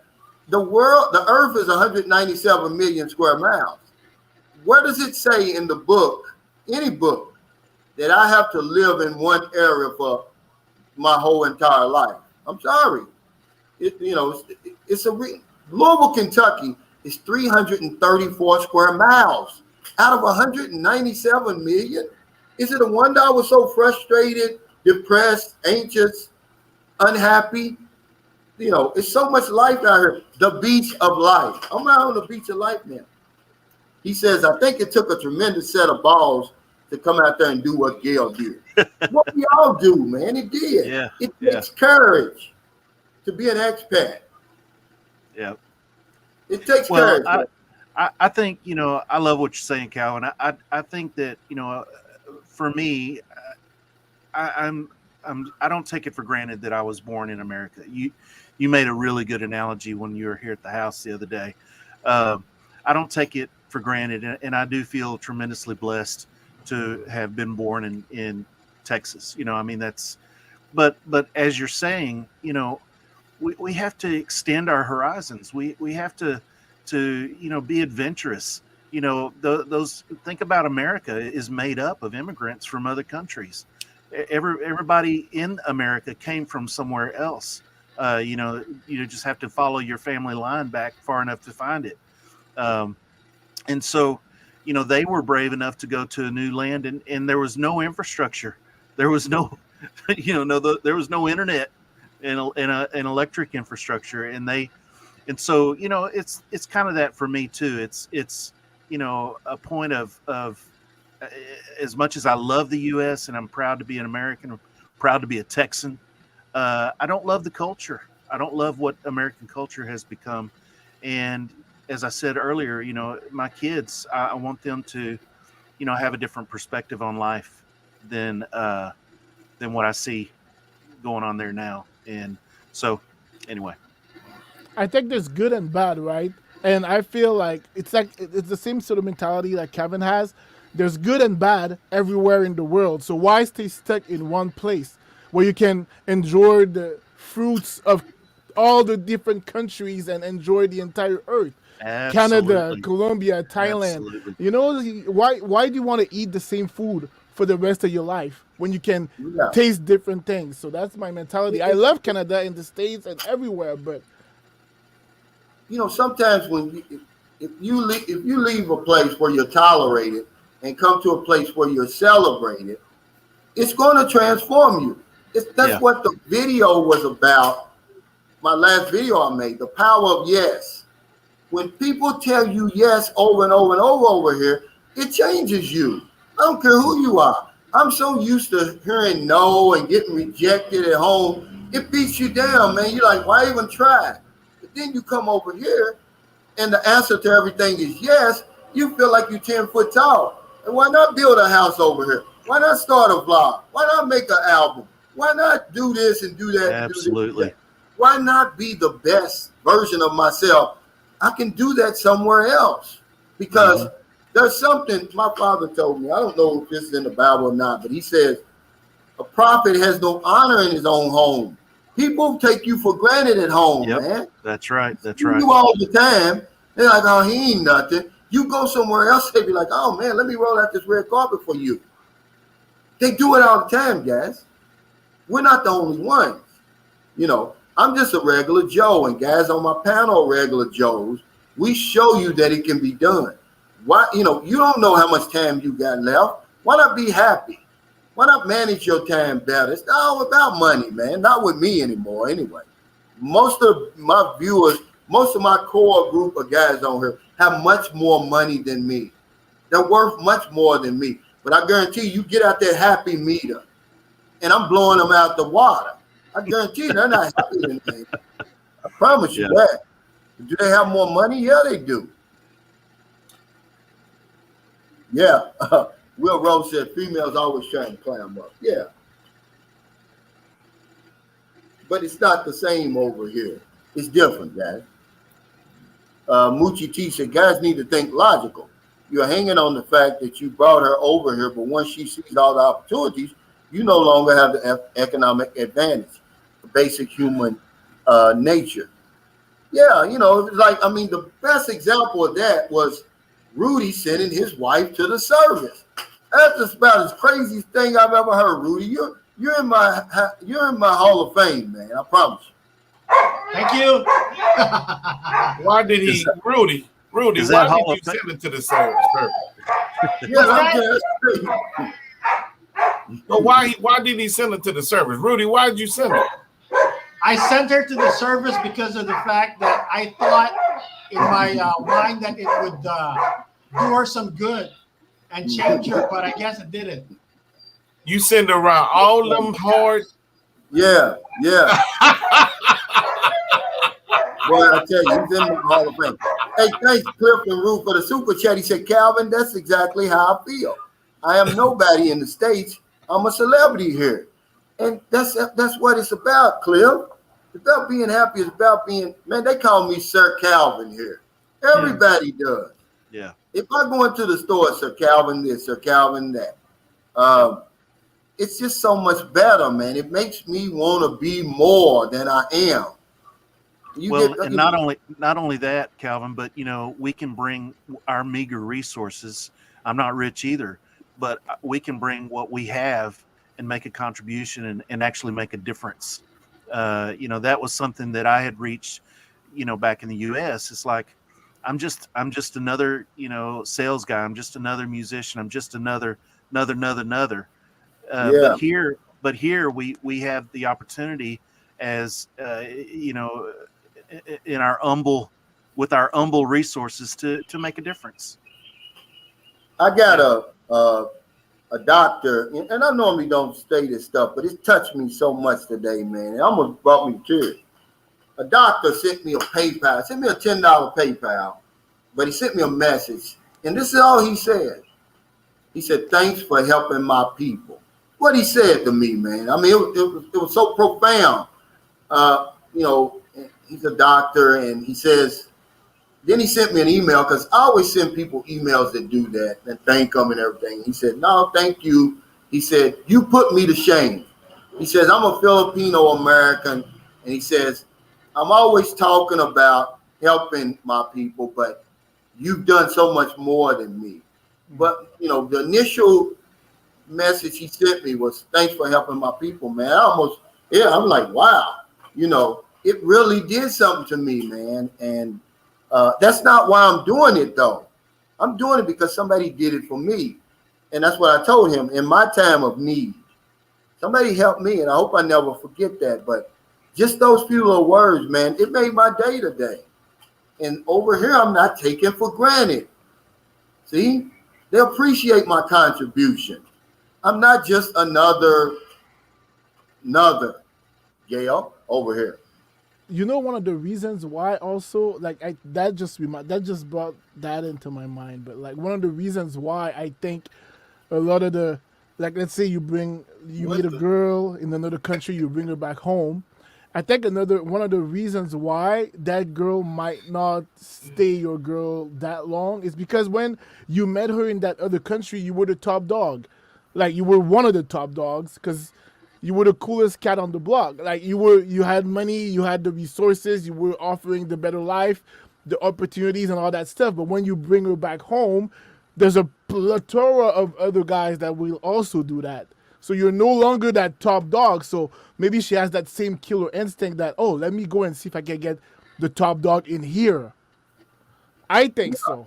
I would say come over here or wherever you going, Brazil or whatever. Live there first. Get to know her. Get to know who you bring into your country. And whether, because they're all going to change. When you take them to America, I don't care who it is. There was a British guy who, he's got a YouTube channel. And he said when he went to America, he changed. But get to know her first. Don't just bring her over there, man. I'm telling you, really running every risk you could possibly run. But do some guys get fortunate? Yeah, that's all it is. They're fortunate. You don't know who you're bringing over there. But this guy, this makes sense right here. He says, can I say something? Sure, Rudy. Well, people, I know, I heard I saw some comment. Why did I marry the woman? And Rue and Cliff said something regarding, did she ask me? And you even said she gave me, did she ever ask for money, right?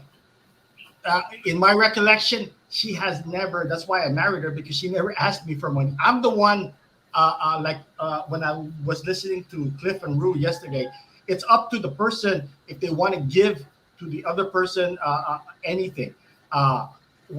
She never has asked me for money. I just did all the work that needed for her to come to Guam to become get a green card holder. But in all our times together, that's why I married her, is that she has never ever asked me for money. I'm the one giving it to her. Have you ever heard before you married your wife? Yes. Had you ever heard of the unspoken agreement? Yes, I have. And I even offer her. No. Evidently you didn't, Rudy. Well, because she's never gonna ask you. That's the game plan. And just like Gale said, most of the time we don't even give the woman chance to ask us. Yeah, I know. We're already trying to send money and make an impression with her and all of that. But don't go by that, guys. Don't use that as a measuring stick of whether she's a good woman or not. If you don't hear nothing else I say, don't use the fact that she doesn't ask you for money. She's not going to ask you. There's something called an unspoken agreement. She's going to give you, here's what the agreement, the nitty gritty. You're going to give her a new life. You're going to take care of her. She's going to give you all the sex you want, any way you want, anytime you want it, anywhere you want it, okay? Don't sugarcoat. I'm not going to sugarcoat that. That's the unspoken agreement. Damn it, if I'm going to give you a visa and a new life, you're going to give me a blowjob anytime I want it. Now, I don't give a damn what you talk. Y'all can keep all that old happy stuff you want to talk about. In your mind, that's what you're thinking. I'm not going to sugarcoat it. If I wanted something else, you're going to give me that. And she knows it already. All right? And I'm just, I'm sorry. I didn't make it up. I didn't invent it, but it's there. Okay. Hey, Freddie Sanders, thanks for coming back, brother. I appreciate you. I know, man, you working hard to get off of that hamster wheel. But yeah, guys, don't fool yourself with that. That's why people marry these Filipinos, man. You know, they're gonna give you what you want. Because you're gonna have to pay for it anyway. Now I do agree with guys when they say that. Yeah, you have to pay for it anyway, so why not pay for it with a beautiful young woman that that's gonna light your damn light you on fire. Robert Dame says, I learned my lesson, Clayton, that's for sure. Life is short, and any moments of happiness, you should be thankful for it. Calvin believes the same thing. Absolutely. I'm 58 now. My father died at 61. My mother died at 62. But I've been thinking this way for a long time. When my mother died, I was 30, man. It changed my whole life. I never looked at life the same again because I said, damn, if my mother died, death is real. Because I was in denial about death, man. I thought, hell, I was still going to be living when Jesus got here. But no, sorry, you're going to die. And wherever dead people go, we're all going there. And, I hate to tell you, but you're not going to be here. That's why they got that song in the Baptist church, when the saints come marching in. I want to be in that number when the saints come marching in. They're saying they want to be alive when Jesus comes back. Well, I'm sorry, you're not. You're going to die, buddy. Muchi T says, Eddie, you're spot on. The reason we get lucky with these ladies is economic. It is. Once you get to the U.S., that goes away as she can make her own money. Otherwise, just got to hope and pray. Avetta more, guys. Avetta more. Most of the women you meet over here, they're going to be good women, good quality women. You can't get lucky here, but you can get unlucky. And that's what we do when we rush. We get over here and we rush. Oh, I got to hurry up and get her back. She's the best thing that's ever happened to me. I'm going to get her before somebody else gets her. Well, guess what? The odds of that happening is few and far between, guys. It's a big deal when you come over here, meet a woman, first of all, just to meet them, just to come over here is a big deal. Because you see a lot of us doing it, man, the numbers don't lie. Very few of us to do it. And then take it another step that you're compatible and you get along. Then take it that other step where you're going to do the visa. Man, the odds go way up or way down, either way you want to look at it. Don't rush. You can take your time. You can take as long as you really need to take, for real. I might be wrong, but also one of the things that I'm thinking is also on our parts, like the guy, right? I feel like let's say when you're in Thailand, when you're in Colombia, when you're in these countries where it's not so competitive, that you got that Wall Street guy, you've got Leonardo DiCaprio over there, you've got all these people. I don't know, you guys can agree or not, but guys tend to walk a little bit taller when they're in another country where they're not weighed down by the pressure and the responsibilities and the expectations that we have in Canada, America, UK. So the women gets a little bit attracted by the confidence and our demeanor, because we feel like it's not an arrogance, it's a confidence that we have a little bit more. But when you go back to your country, that confidence evaporates. So some of the girls, they get a little bit less turned on by you now, because they're like, well, what happened to you? You were so cool when we were over there, but now it's like you're different. The neighbor is cooler than you, so maybe I'm gonna go and talk to the neighbor. I don't know if that makes sense, but that's just something I'm thinking. Well, it's a lot of truth. It's a lot of truth in that. But here's the thing: get to know her. Let her. If a Filipino falls in love with you, I don't care if you're Michael Jackson. She's gonna keep you. She's not gonna want Michael Jackson. But if you get one that's not in love, that's just there for the opportunity, and maybe we'll see. Hanging around hoping that love is going to, develop, then yeah, you're probably going to lose her, man. You don't know who you bringing over. That's the problem that we have. That's the problem we get ourselves into. Eddie, you're exactly right. The man we're our own problem. We're our biggest problem. We get in our own way. We want to spoil the women. We want to spend all this money. We want to put on the show for women who really don't require that. It doesn't. The Filipino doesn't require all of that show that we like to put on. See, and then That's you know, true. true, man. When I brought my wife over and took her to my big house on the hill, I thought she was going to be, show all of this gratitude. She was sort of unaffected. It really, she was not overwhelmed. She was underwhelmed. Now she tells me now that she didn't want to act too surprised or something like that. But I really, now the more I know, living with Filipina for 10 years, she just wasn't that big of a deal. She's like, oh, great. Okay. Well, it's a nice house. Thanks. Yeah. See, Filipinos have a reputation, guys, for being gold diggers, and they know it. That's their reputation around the world. So anything that they can do to get rid of that reputation, to show that it's not true, they're going to do.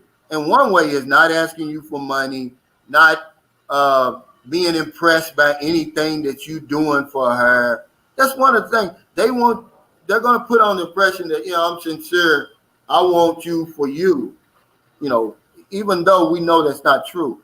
They have a reputation and they don't like it. Hey, Freddie Sanders, thanks for the super chat. He says, brother, you don't jump out the chain tonight. You showing out. You got the man hot and sweating, telling him too much. True. I got to read that again. I forgot you're from Florida, man. He said, brother, you don't jump out the chain tonight. No, you're showing out. You don't get the man hot and by telling him too much truth. Well, I just want us, we're grown men. Most of my channel's 45 and up. Let's not play around, guys. You know why you're here. And she knows why she wants you, why she's bringing you here. There's an unspoken agreement. Heather says, I'm shocked that there's abortion in the Philippines. Well, it's way under the table. It's way in the shadows, Heather. It's not like America by far. It's illegal over here, and you will go to jail for a long time if you live through it. A lot of women die over here. Now, that is a freedom buck that women in America have that they don't have over here. And I think it's because of their religious backing. But, yeah, you can't. Abortion is very illegal here. And, they go to these back alleys. They put their lives in jeopardy doing it. Yeah, they shouldn't be having abortions. They shouldn't be having them. They should be illegal. You would be shocked by some of the stuff that goes on, Heather. They go to these quack doctors, and this is a true story, and I've told it before. A foreigner, and I know the lady. I don't know him, but he comes over here. The lady's pregnant, but he don't know it. They do everything and have a good time, and he falls in love. He goes back and starts the process. Well, like Gale says, it takes 6 to 9 months. Anyway, well, once she got to the point where she was showing and getting closer and closer to her going to America, she knew she couldn't go over there like that. You know what she did? She went and had an abortion, and don't you know, the baby was like 5 or 6 months. When it came out, the baby was alive. And she said the baby cried one time and died. Now, that kind of stuff would destroy me. I wouldn't be any good anymore. But, She a murderer. Well, we're not going to talk about that, Buck. She a murderer. But thanks for that super chat. Chick a murderer, man. Chick baby killer. Well, come on, Buck. Now, don't do that, man. On my channel, man. We're not gonna do that, okay? You said she said the baby cried. To yourself, man. We don't want that on here, man. It's not the place for it. Okay, you know, I respect you, so just respect my channel, man. Don't do that. You can get me in big trouble over here. You're in America. I'm not. Okay.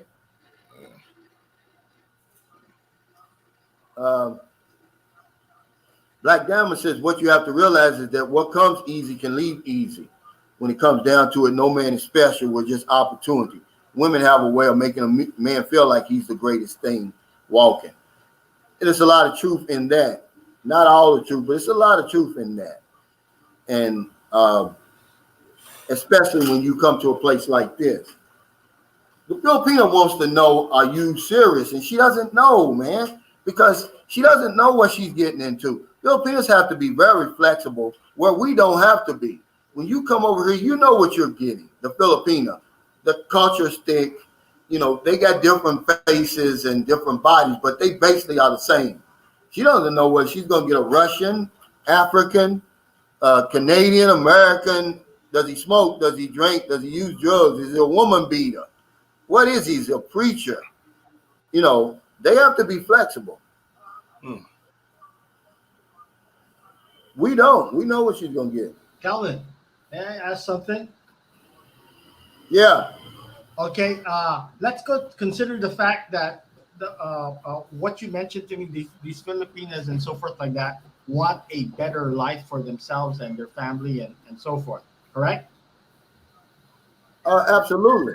Okay, so what if we put into the mix that, what about a Filipina that is, what you might say, middle class in the Philippines? She makes pretty good money and so forth. Don't you think that that kind of person sees their life as actually better than the poorer people do? So what is the interjection of their philosophy regarding what you call this, having a foreigner and so forth like that? What is the difference between that? Well, because their life is going to be a lot better in your country. I'm going to tell you something. This is a fact. There's Filipino celebrities who have left the Philippines and moved to their foreigners' country where they're nobody. But their life is they're going to make a whole lot more money. They're going to be a lot more. They're going to be, remember, it's not just about money, the new life that they get when they're dealing with foreigners. Okay? They get a lot more freedoms like Buck was talking about. But yeah, I've seen it at least 4 times, man. And you can go online, you'll see they move. One lady's working right now, big celebrity over here. She moved to Australia. They don't know who she is. She's working as a waitress now. Not even. It's just a better life over in. It's not funny. I'm sorry. That's funny, but it's not funny. But let me ask you a question truthfully, though. Most women like that, though, they want to stay here. Yeah. You know, they worked hard to gain all of that. Yeah. And why would they want to lose it to come somewhere else and become invisible? Yeah. She right. She should have stayed at home. She should have stayed at home. So I guess she's just doing it because she really loves the person, correct? Well, it's a better opportunity, man. You know, long term. There's a game. Filipinos don't go to bed dreaming of foreigners. They go to bed dreaming of Filipino men. They get up in the morning dreaming of Filipino men. They see us as an opportunity. I don't care. We don't know what the opportunity is. You got to ask her. I can't read their mind. But I know that's what they look at foreigners. Yes. I don't care how much money they've got. Why would she want to? No one ever answers this question when I ask them. Why would you want to date a man that lives on the other side of the planet? Number one, I don't care if you're middle class or not. You can't get to him. You don't have the visa. Who wants to? That's a long distance relationship, guys.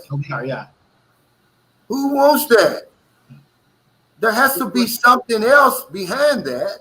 When she's got a good life here, she can have her choice of, you know, just about any Filipino man she wants. Why put yourself through have you ever really been through a long distance relationship? Oh yeah.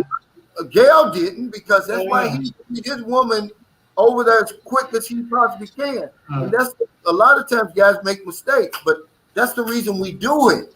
because we can't deal with a long distance relationship. Nobody wants that.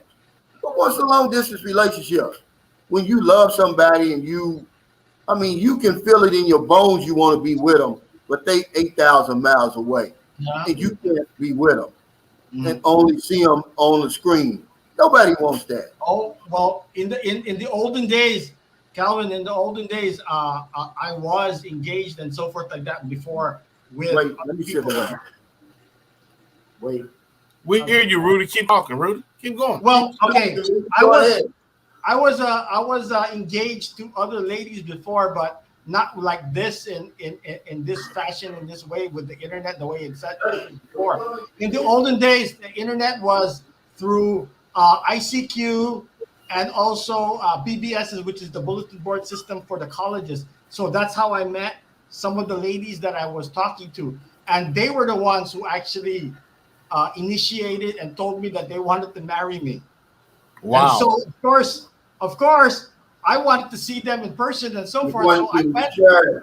Share. I went to them all the way there, and I actually met them in person. But as you know, when you meet someone in person, they have a different attitude and different way. So Share. once we met and everything else, right? Because they never saw me, and I never saw them, right? Because of the fact that these were all words and so forth written down on the internet and stuff. So what happened is that as soon as we met and they said they wanted to marry me and so forth, when I left and I went back to the hotel, they actually called me and said, "Oh, I just changed my mind." What? How'd you get to Guam, Rudy? How'd you get to Guam? I live here. I live here. You from Guam? Are you from Yes, Guam? I am. Oh, My okay. mother. Yeah, Okay, he's let me from- tell you an interesting fact about why I live here. It's because of the fact that my father came here in 1947, right? Because he was invited to come down here. And then what happened is that he helped the island grow because of the fact that, everything was still in shambles after the war. And so when he did that and everything else, right?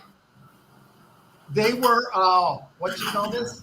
He was in 1950. There was an organic act of Guam which helped people from Guam, everybody on the island, including Filipinos and everybody else, changed their citizenship to U.S. So that's how he became a U.S. citizen.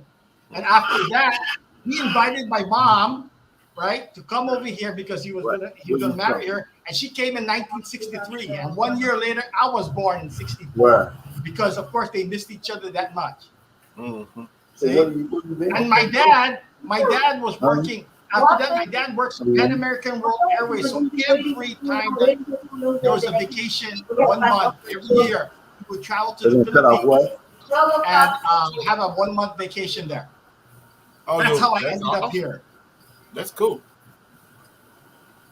Okay, they're saying something about middle class. Let me get this real quick. Hold on.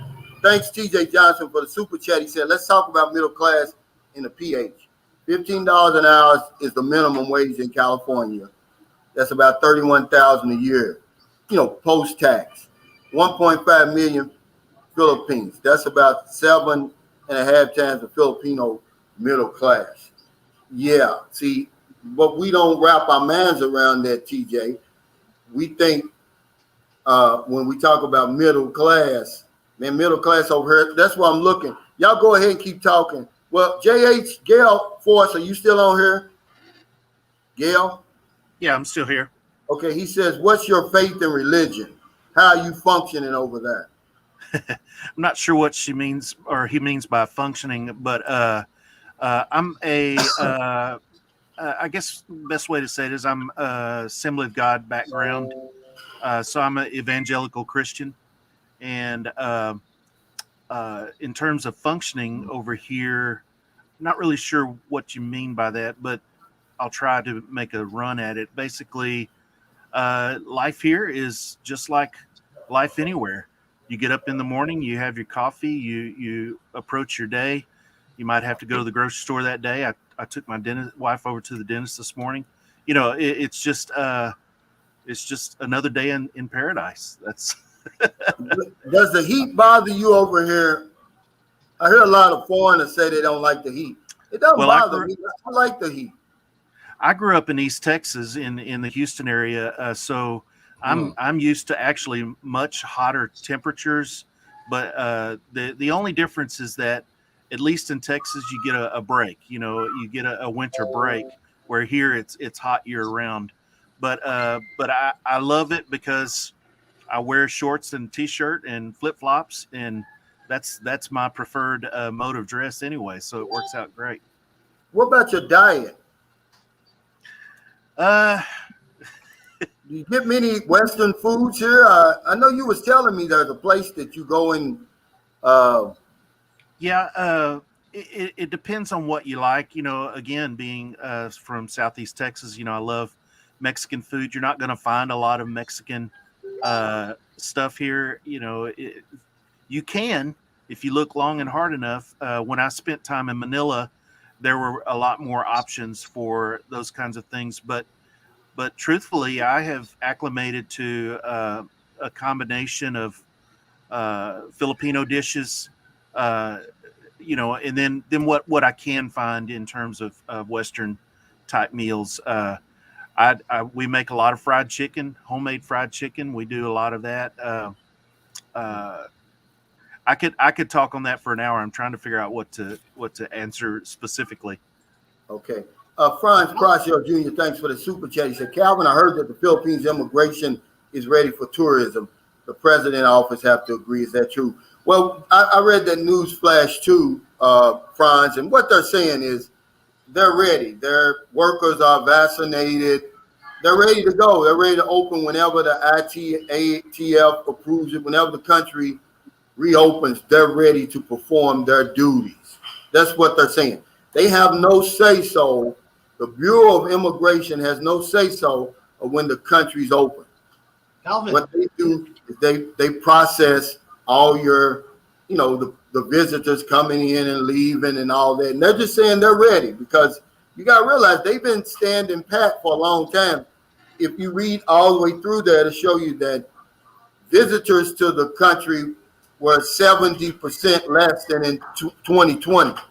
But that's not really the true story because remember, the pandemic didn't start until like March. So it was business as usual, January 2020, February 2020, and really almost March 2020.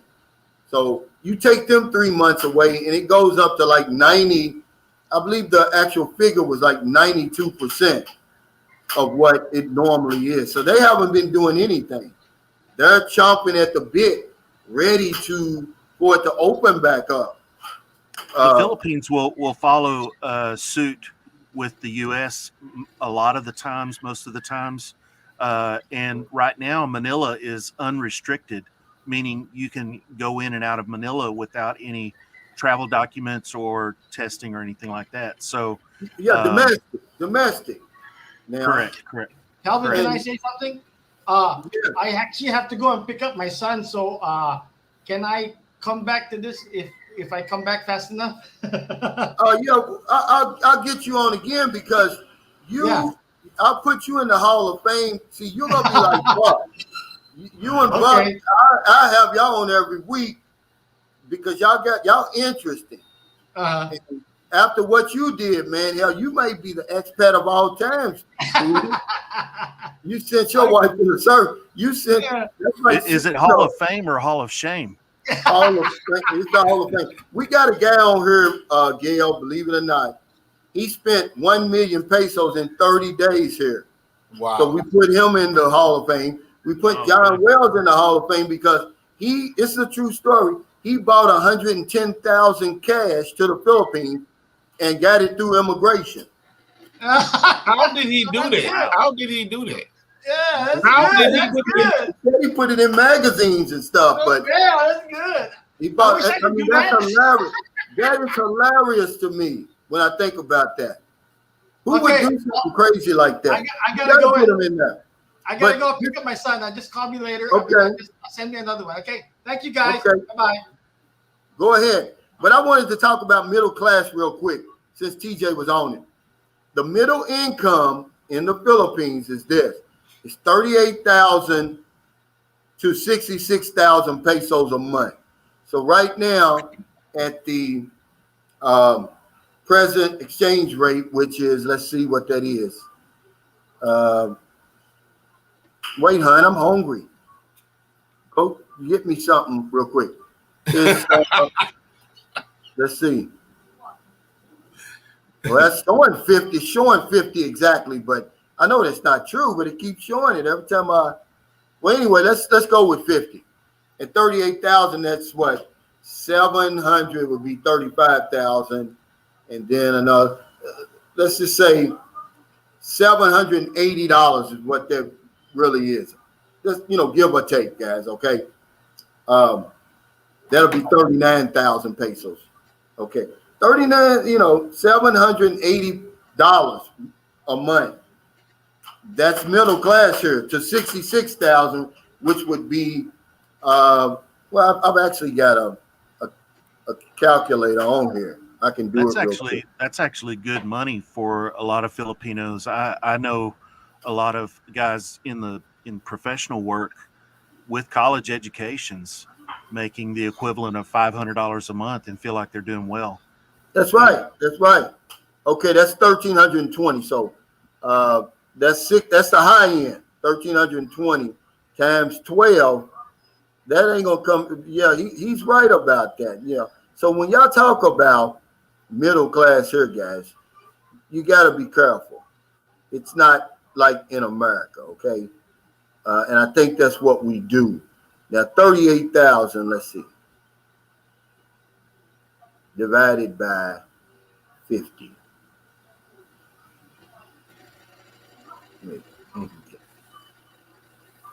I already did it in my head, but I just want to make sure.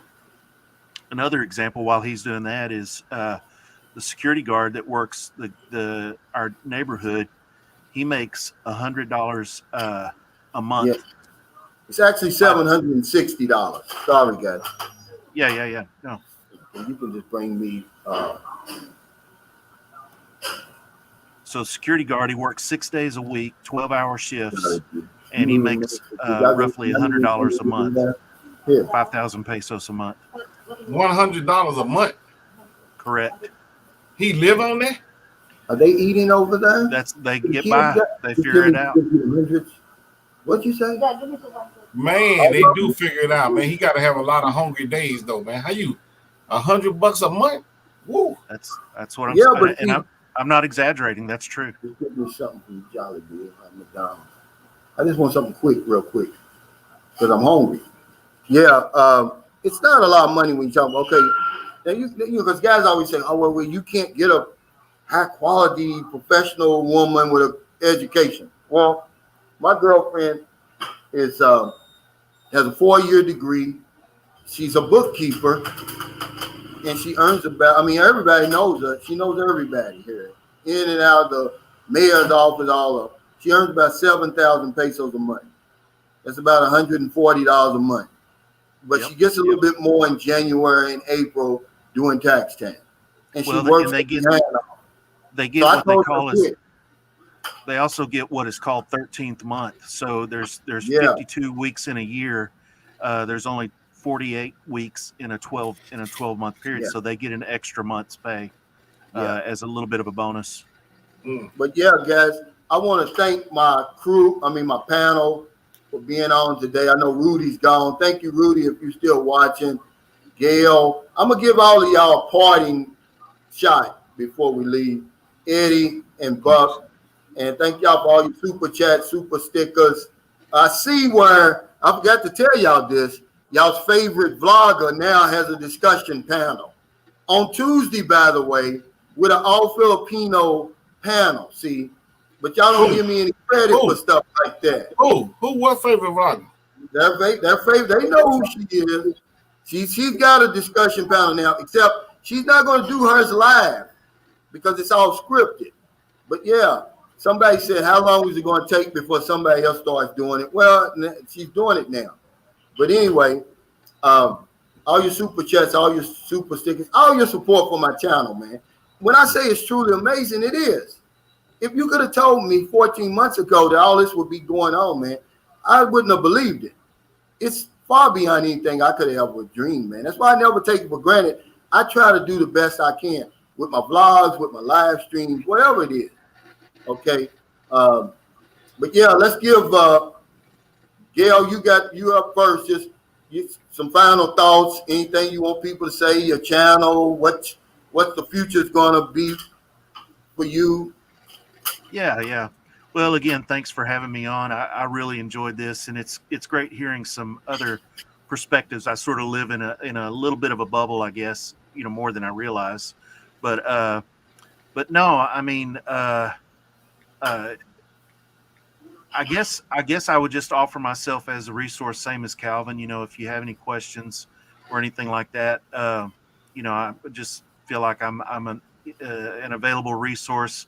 I don't want to pitch it too hard, but we have our family YouTube channel, and if you want to sort of see a typical day in the life of a Philam family, then you can check us out at the G5 Family.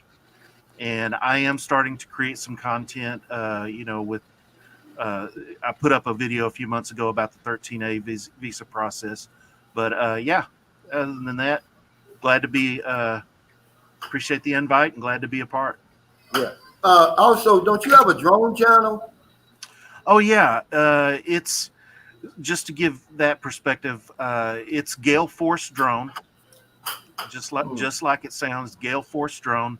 And basically, the short version of that is I started out as a drone service provider in the U.S., but when I came to the Philippines, I discontinued the service offering, and I created a blog, and it's targeting guys who want to make money with their drone. If you went out and bought a Phantom 4 or a Mavic and you want to make money with it, then Gale Force Drone is a great resource to learn how to monetize your drone. Now, one thing I can't say about the G5 family, well, any of his videos, he's got his videos on a whole other level than mine as far as production and all of that, guys. How long did you say it takes you to make a video? Did you say 2 to 3 days, or what did you say? Well, it depends on the video. I mean, I can throw the video in an hour if I want to, but but they're good quality, guys. He's got all the gadgets that I don't have. And so you're gonna like that. If I'm a musician and an artist and a creative, so it's hard for me to not do something with production quality. So it's just wanted to let them know that you're gonna see views of the Philippines you won't see on my channel. But he did a drone video for me, but I haven't edited yet. I'm gonna upload it, my first one, and he did it. But yeah, so one more thing before you go, I go to Eddie. How long have you been in the Philippines? 4 years. We moved here in October of 2017. Okay, yeah. Well, thanks, Gale. Let me know when you get some time, man. I want to work on that first song with you, man. Yeah, absolutely.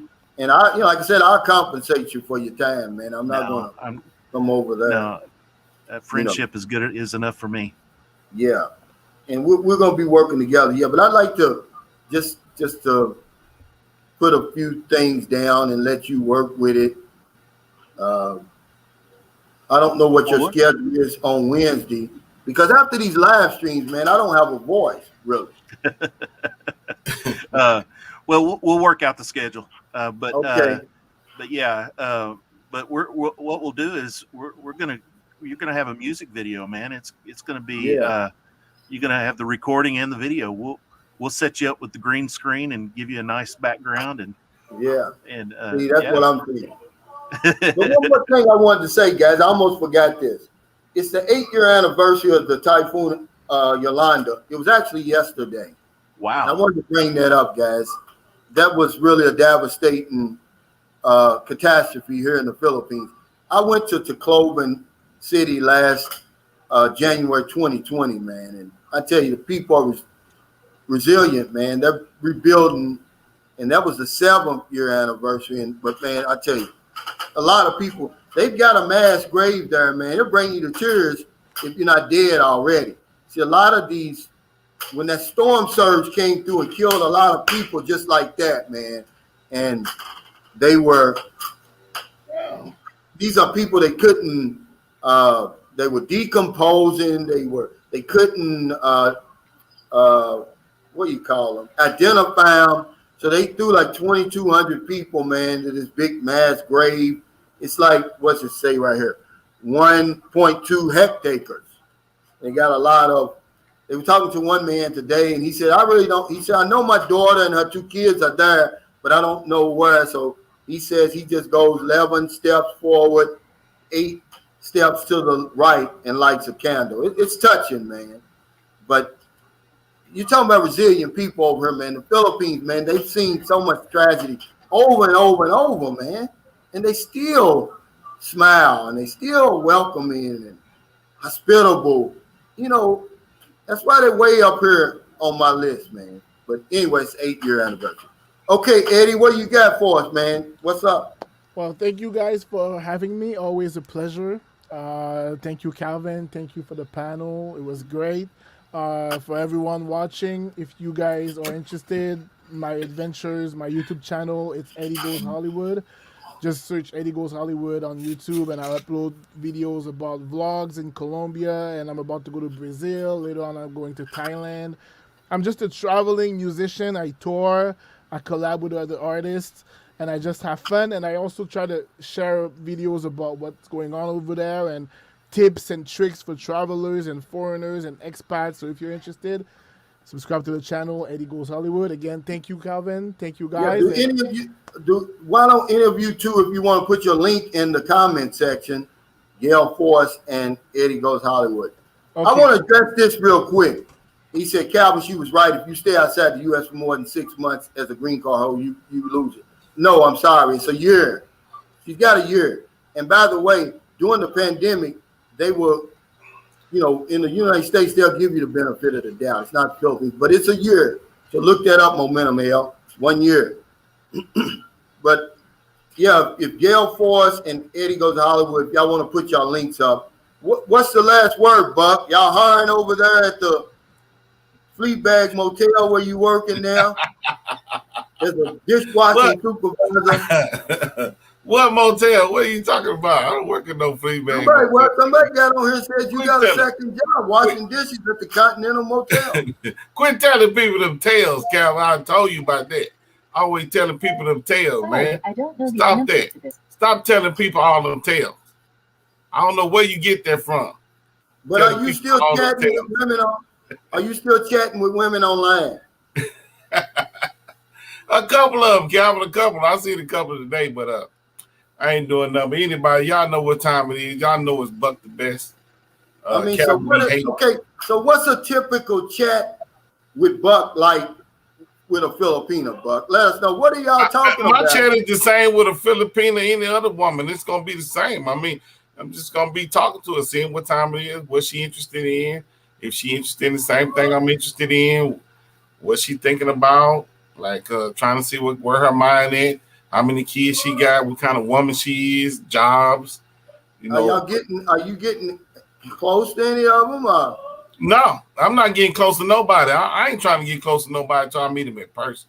I already told you that. That's what I'm saying. So what are they saying to you? Are they saying what kind of job? They're just trying to get me to reveal information about myself.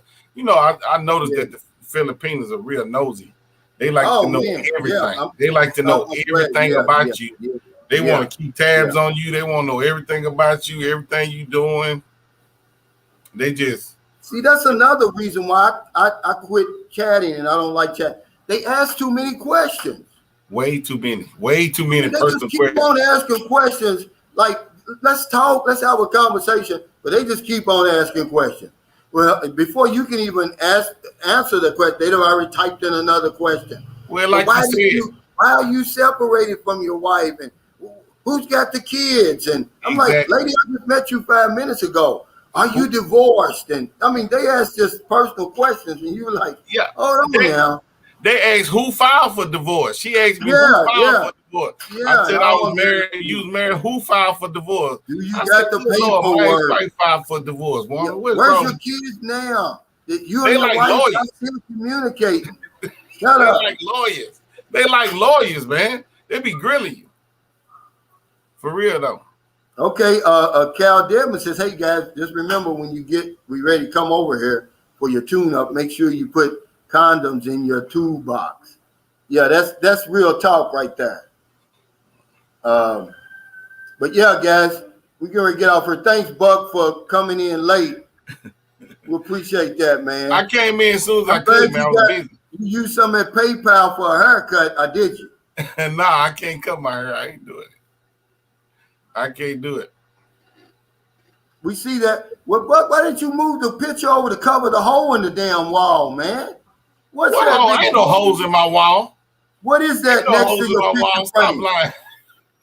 Whatever it is, you should have covered that. It looked like a big ass stain. What is Where? that? Beside the picture, look behind you. They see it. A Hey, Cliff stain. and Wu, do y'all see that? A stain. What is that, Bud? What Beside stain? that You picture. got, Oh, is that a mask? What is that? where?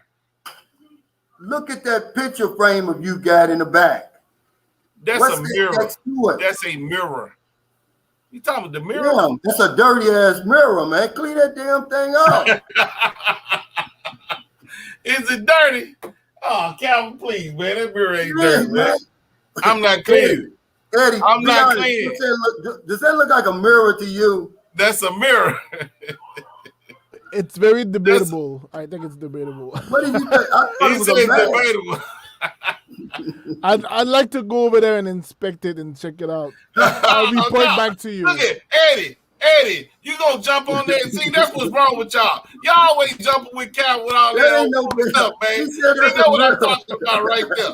You gonna just co-sign That's on a that good- weak stuff, man. What That's wrong the with you, best man? one You I go, heard all it's day. debatable. He said, okay, Oh, be man. honest, Gale. Be honest, Gale. He's unbiased. What It's a does mirror. that look like next to that picture frame? Be honest. It looks like an inappropriately placed mirror next to a picture frame. But it's still a mirror. You Don't see, look it's like a mirror. to me. It's a mirror. It's a big It's- thing. Man, Calvin, stop the- that, man. the- Quit telling people Calvin, all them tales, man. The Calvin, you shape always is starting a bunch of mess, man. You be telling tales and starting mess, man. See, that's why these people always making fun of me, because see, you No, I was The shape because is that dirty, normally man. wasn't that. But The you've shape been on is this too channel how perfect. many times? I've never seen that thing, whatever that is. I've never seen it. What, you trying to decorate your trailer for Christmas? yeah. Oh man. Come Yeah, on I'm trying now. to decorate it. What's wrong with that? What's wrong with decorating? Let's see your Christmas tree. You put it up yet? I ain't got no Christmas tree, Calvin. What are you talking about? I ain't got no Christmas Do you tree. believe in Jesus? I believe in Jesus. I always have. Well, where's your Christmas tree? Well, Calvin, it ain't Christmas yet. It ain't Thanksgiving yet over here in America. We ain't like Philippines. No, we don't jump the gun. We don't just jump over Thanksgiving and start putting up Christmas trees. This ain't the Philippines, man. We don't do Are y'all all going to that. have, where you going to have Thanksgiving, bro? Huh? Yeah, What'd you okay, say? Franz Pracio Jr., thanks for the super chat. He said, why is the mirror so close to the picture frame? What's that all about, bud? Is that some stuff y'all be doing down in Say, man, Mississippi? hey, let me tell all y'all something right now. I'm not no interior decorator. I'm not going to sit around here trying to play interior decorator. So No, y'all need to quit trying to dissect my house. Okay. Y'all need to quit trying to dissect my crib and tell me how to decorate. Take the mirror challenge, but move that mirror. I'm not moving behind it. that. I'm not touching that mirror. Ain't nothing wrong with that mirror. It's in the right place. When I stand right there, I can see myself, and that's all I need to see is Buck in that mirror. As long as I can see something back there. Huh? You're hiding something behind that mirror. It's a hole on that wall. Because that's never been there before, Buck. Oh, I think I'm hiding a hole in the wall. Oh, man, go on with all that, Cal. You always making stuff up, man. You wrong, man. You wrong for that, man. You always making stuff up. Thank y'all so much. I'm going to get off here, man. But let me know, Gale, when you ready. Yeah. And Eddie, let's do some collaboration, man. I'll send you some waves. You send me some back. We'll help each other out. I'm a bass player. We can do some stuff like that. Most definitely. Let's go. What kind of music Eddie got? He told me he do all these collaborations with who, and what kind of music you making? Check me out. Eddie Goes Hollywood, Spotify, Apple Music, all that good stuff. Okay, cool. I'm gonna check you out. I got rap. It's kind of pop type of pop, R&B type stuff.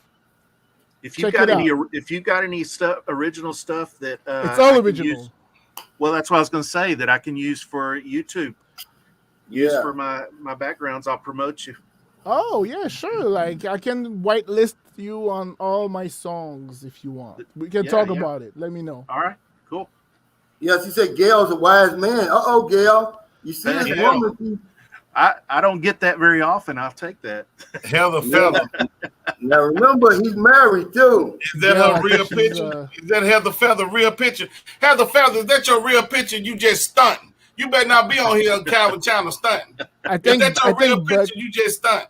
Bug is trying to get the Instagram. I think. Who? Yeah. I ain't even got Instagram. I No, don't you're trying to chase- get I- her Instagram. Man, look, I ain't got no Instagram. I don't chase chicks like that, bro. I don't chase chicks. That's y'all. Y'all think about yourself. Guilty. Okay, guys, I'm gonna get out for. Thank y'all again. I appreciate it, man. Have a good one, right. guys. All right, Okay. Calvin. Thank you, too, Yeah. bro. Good times.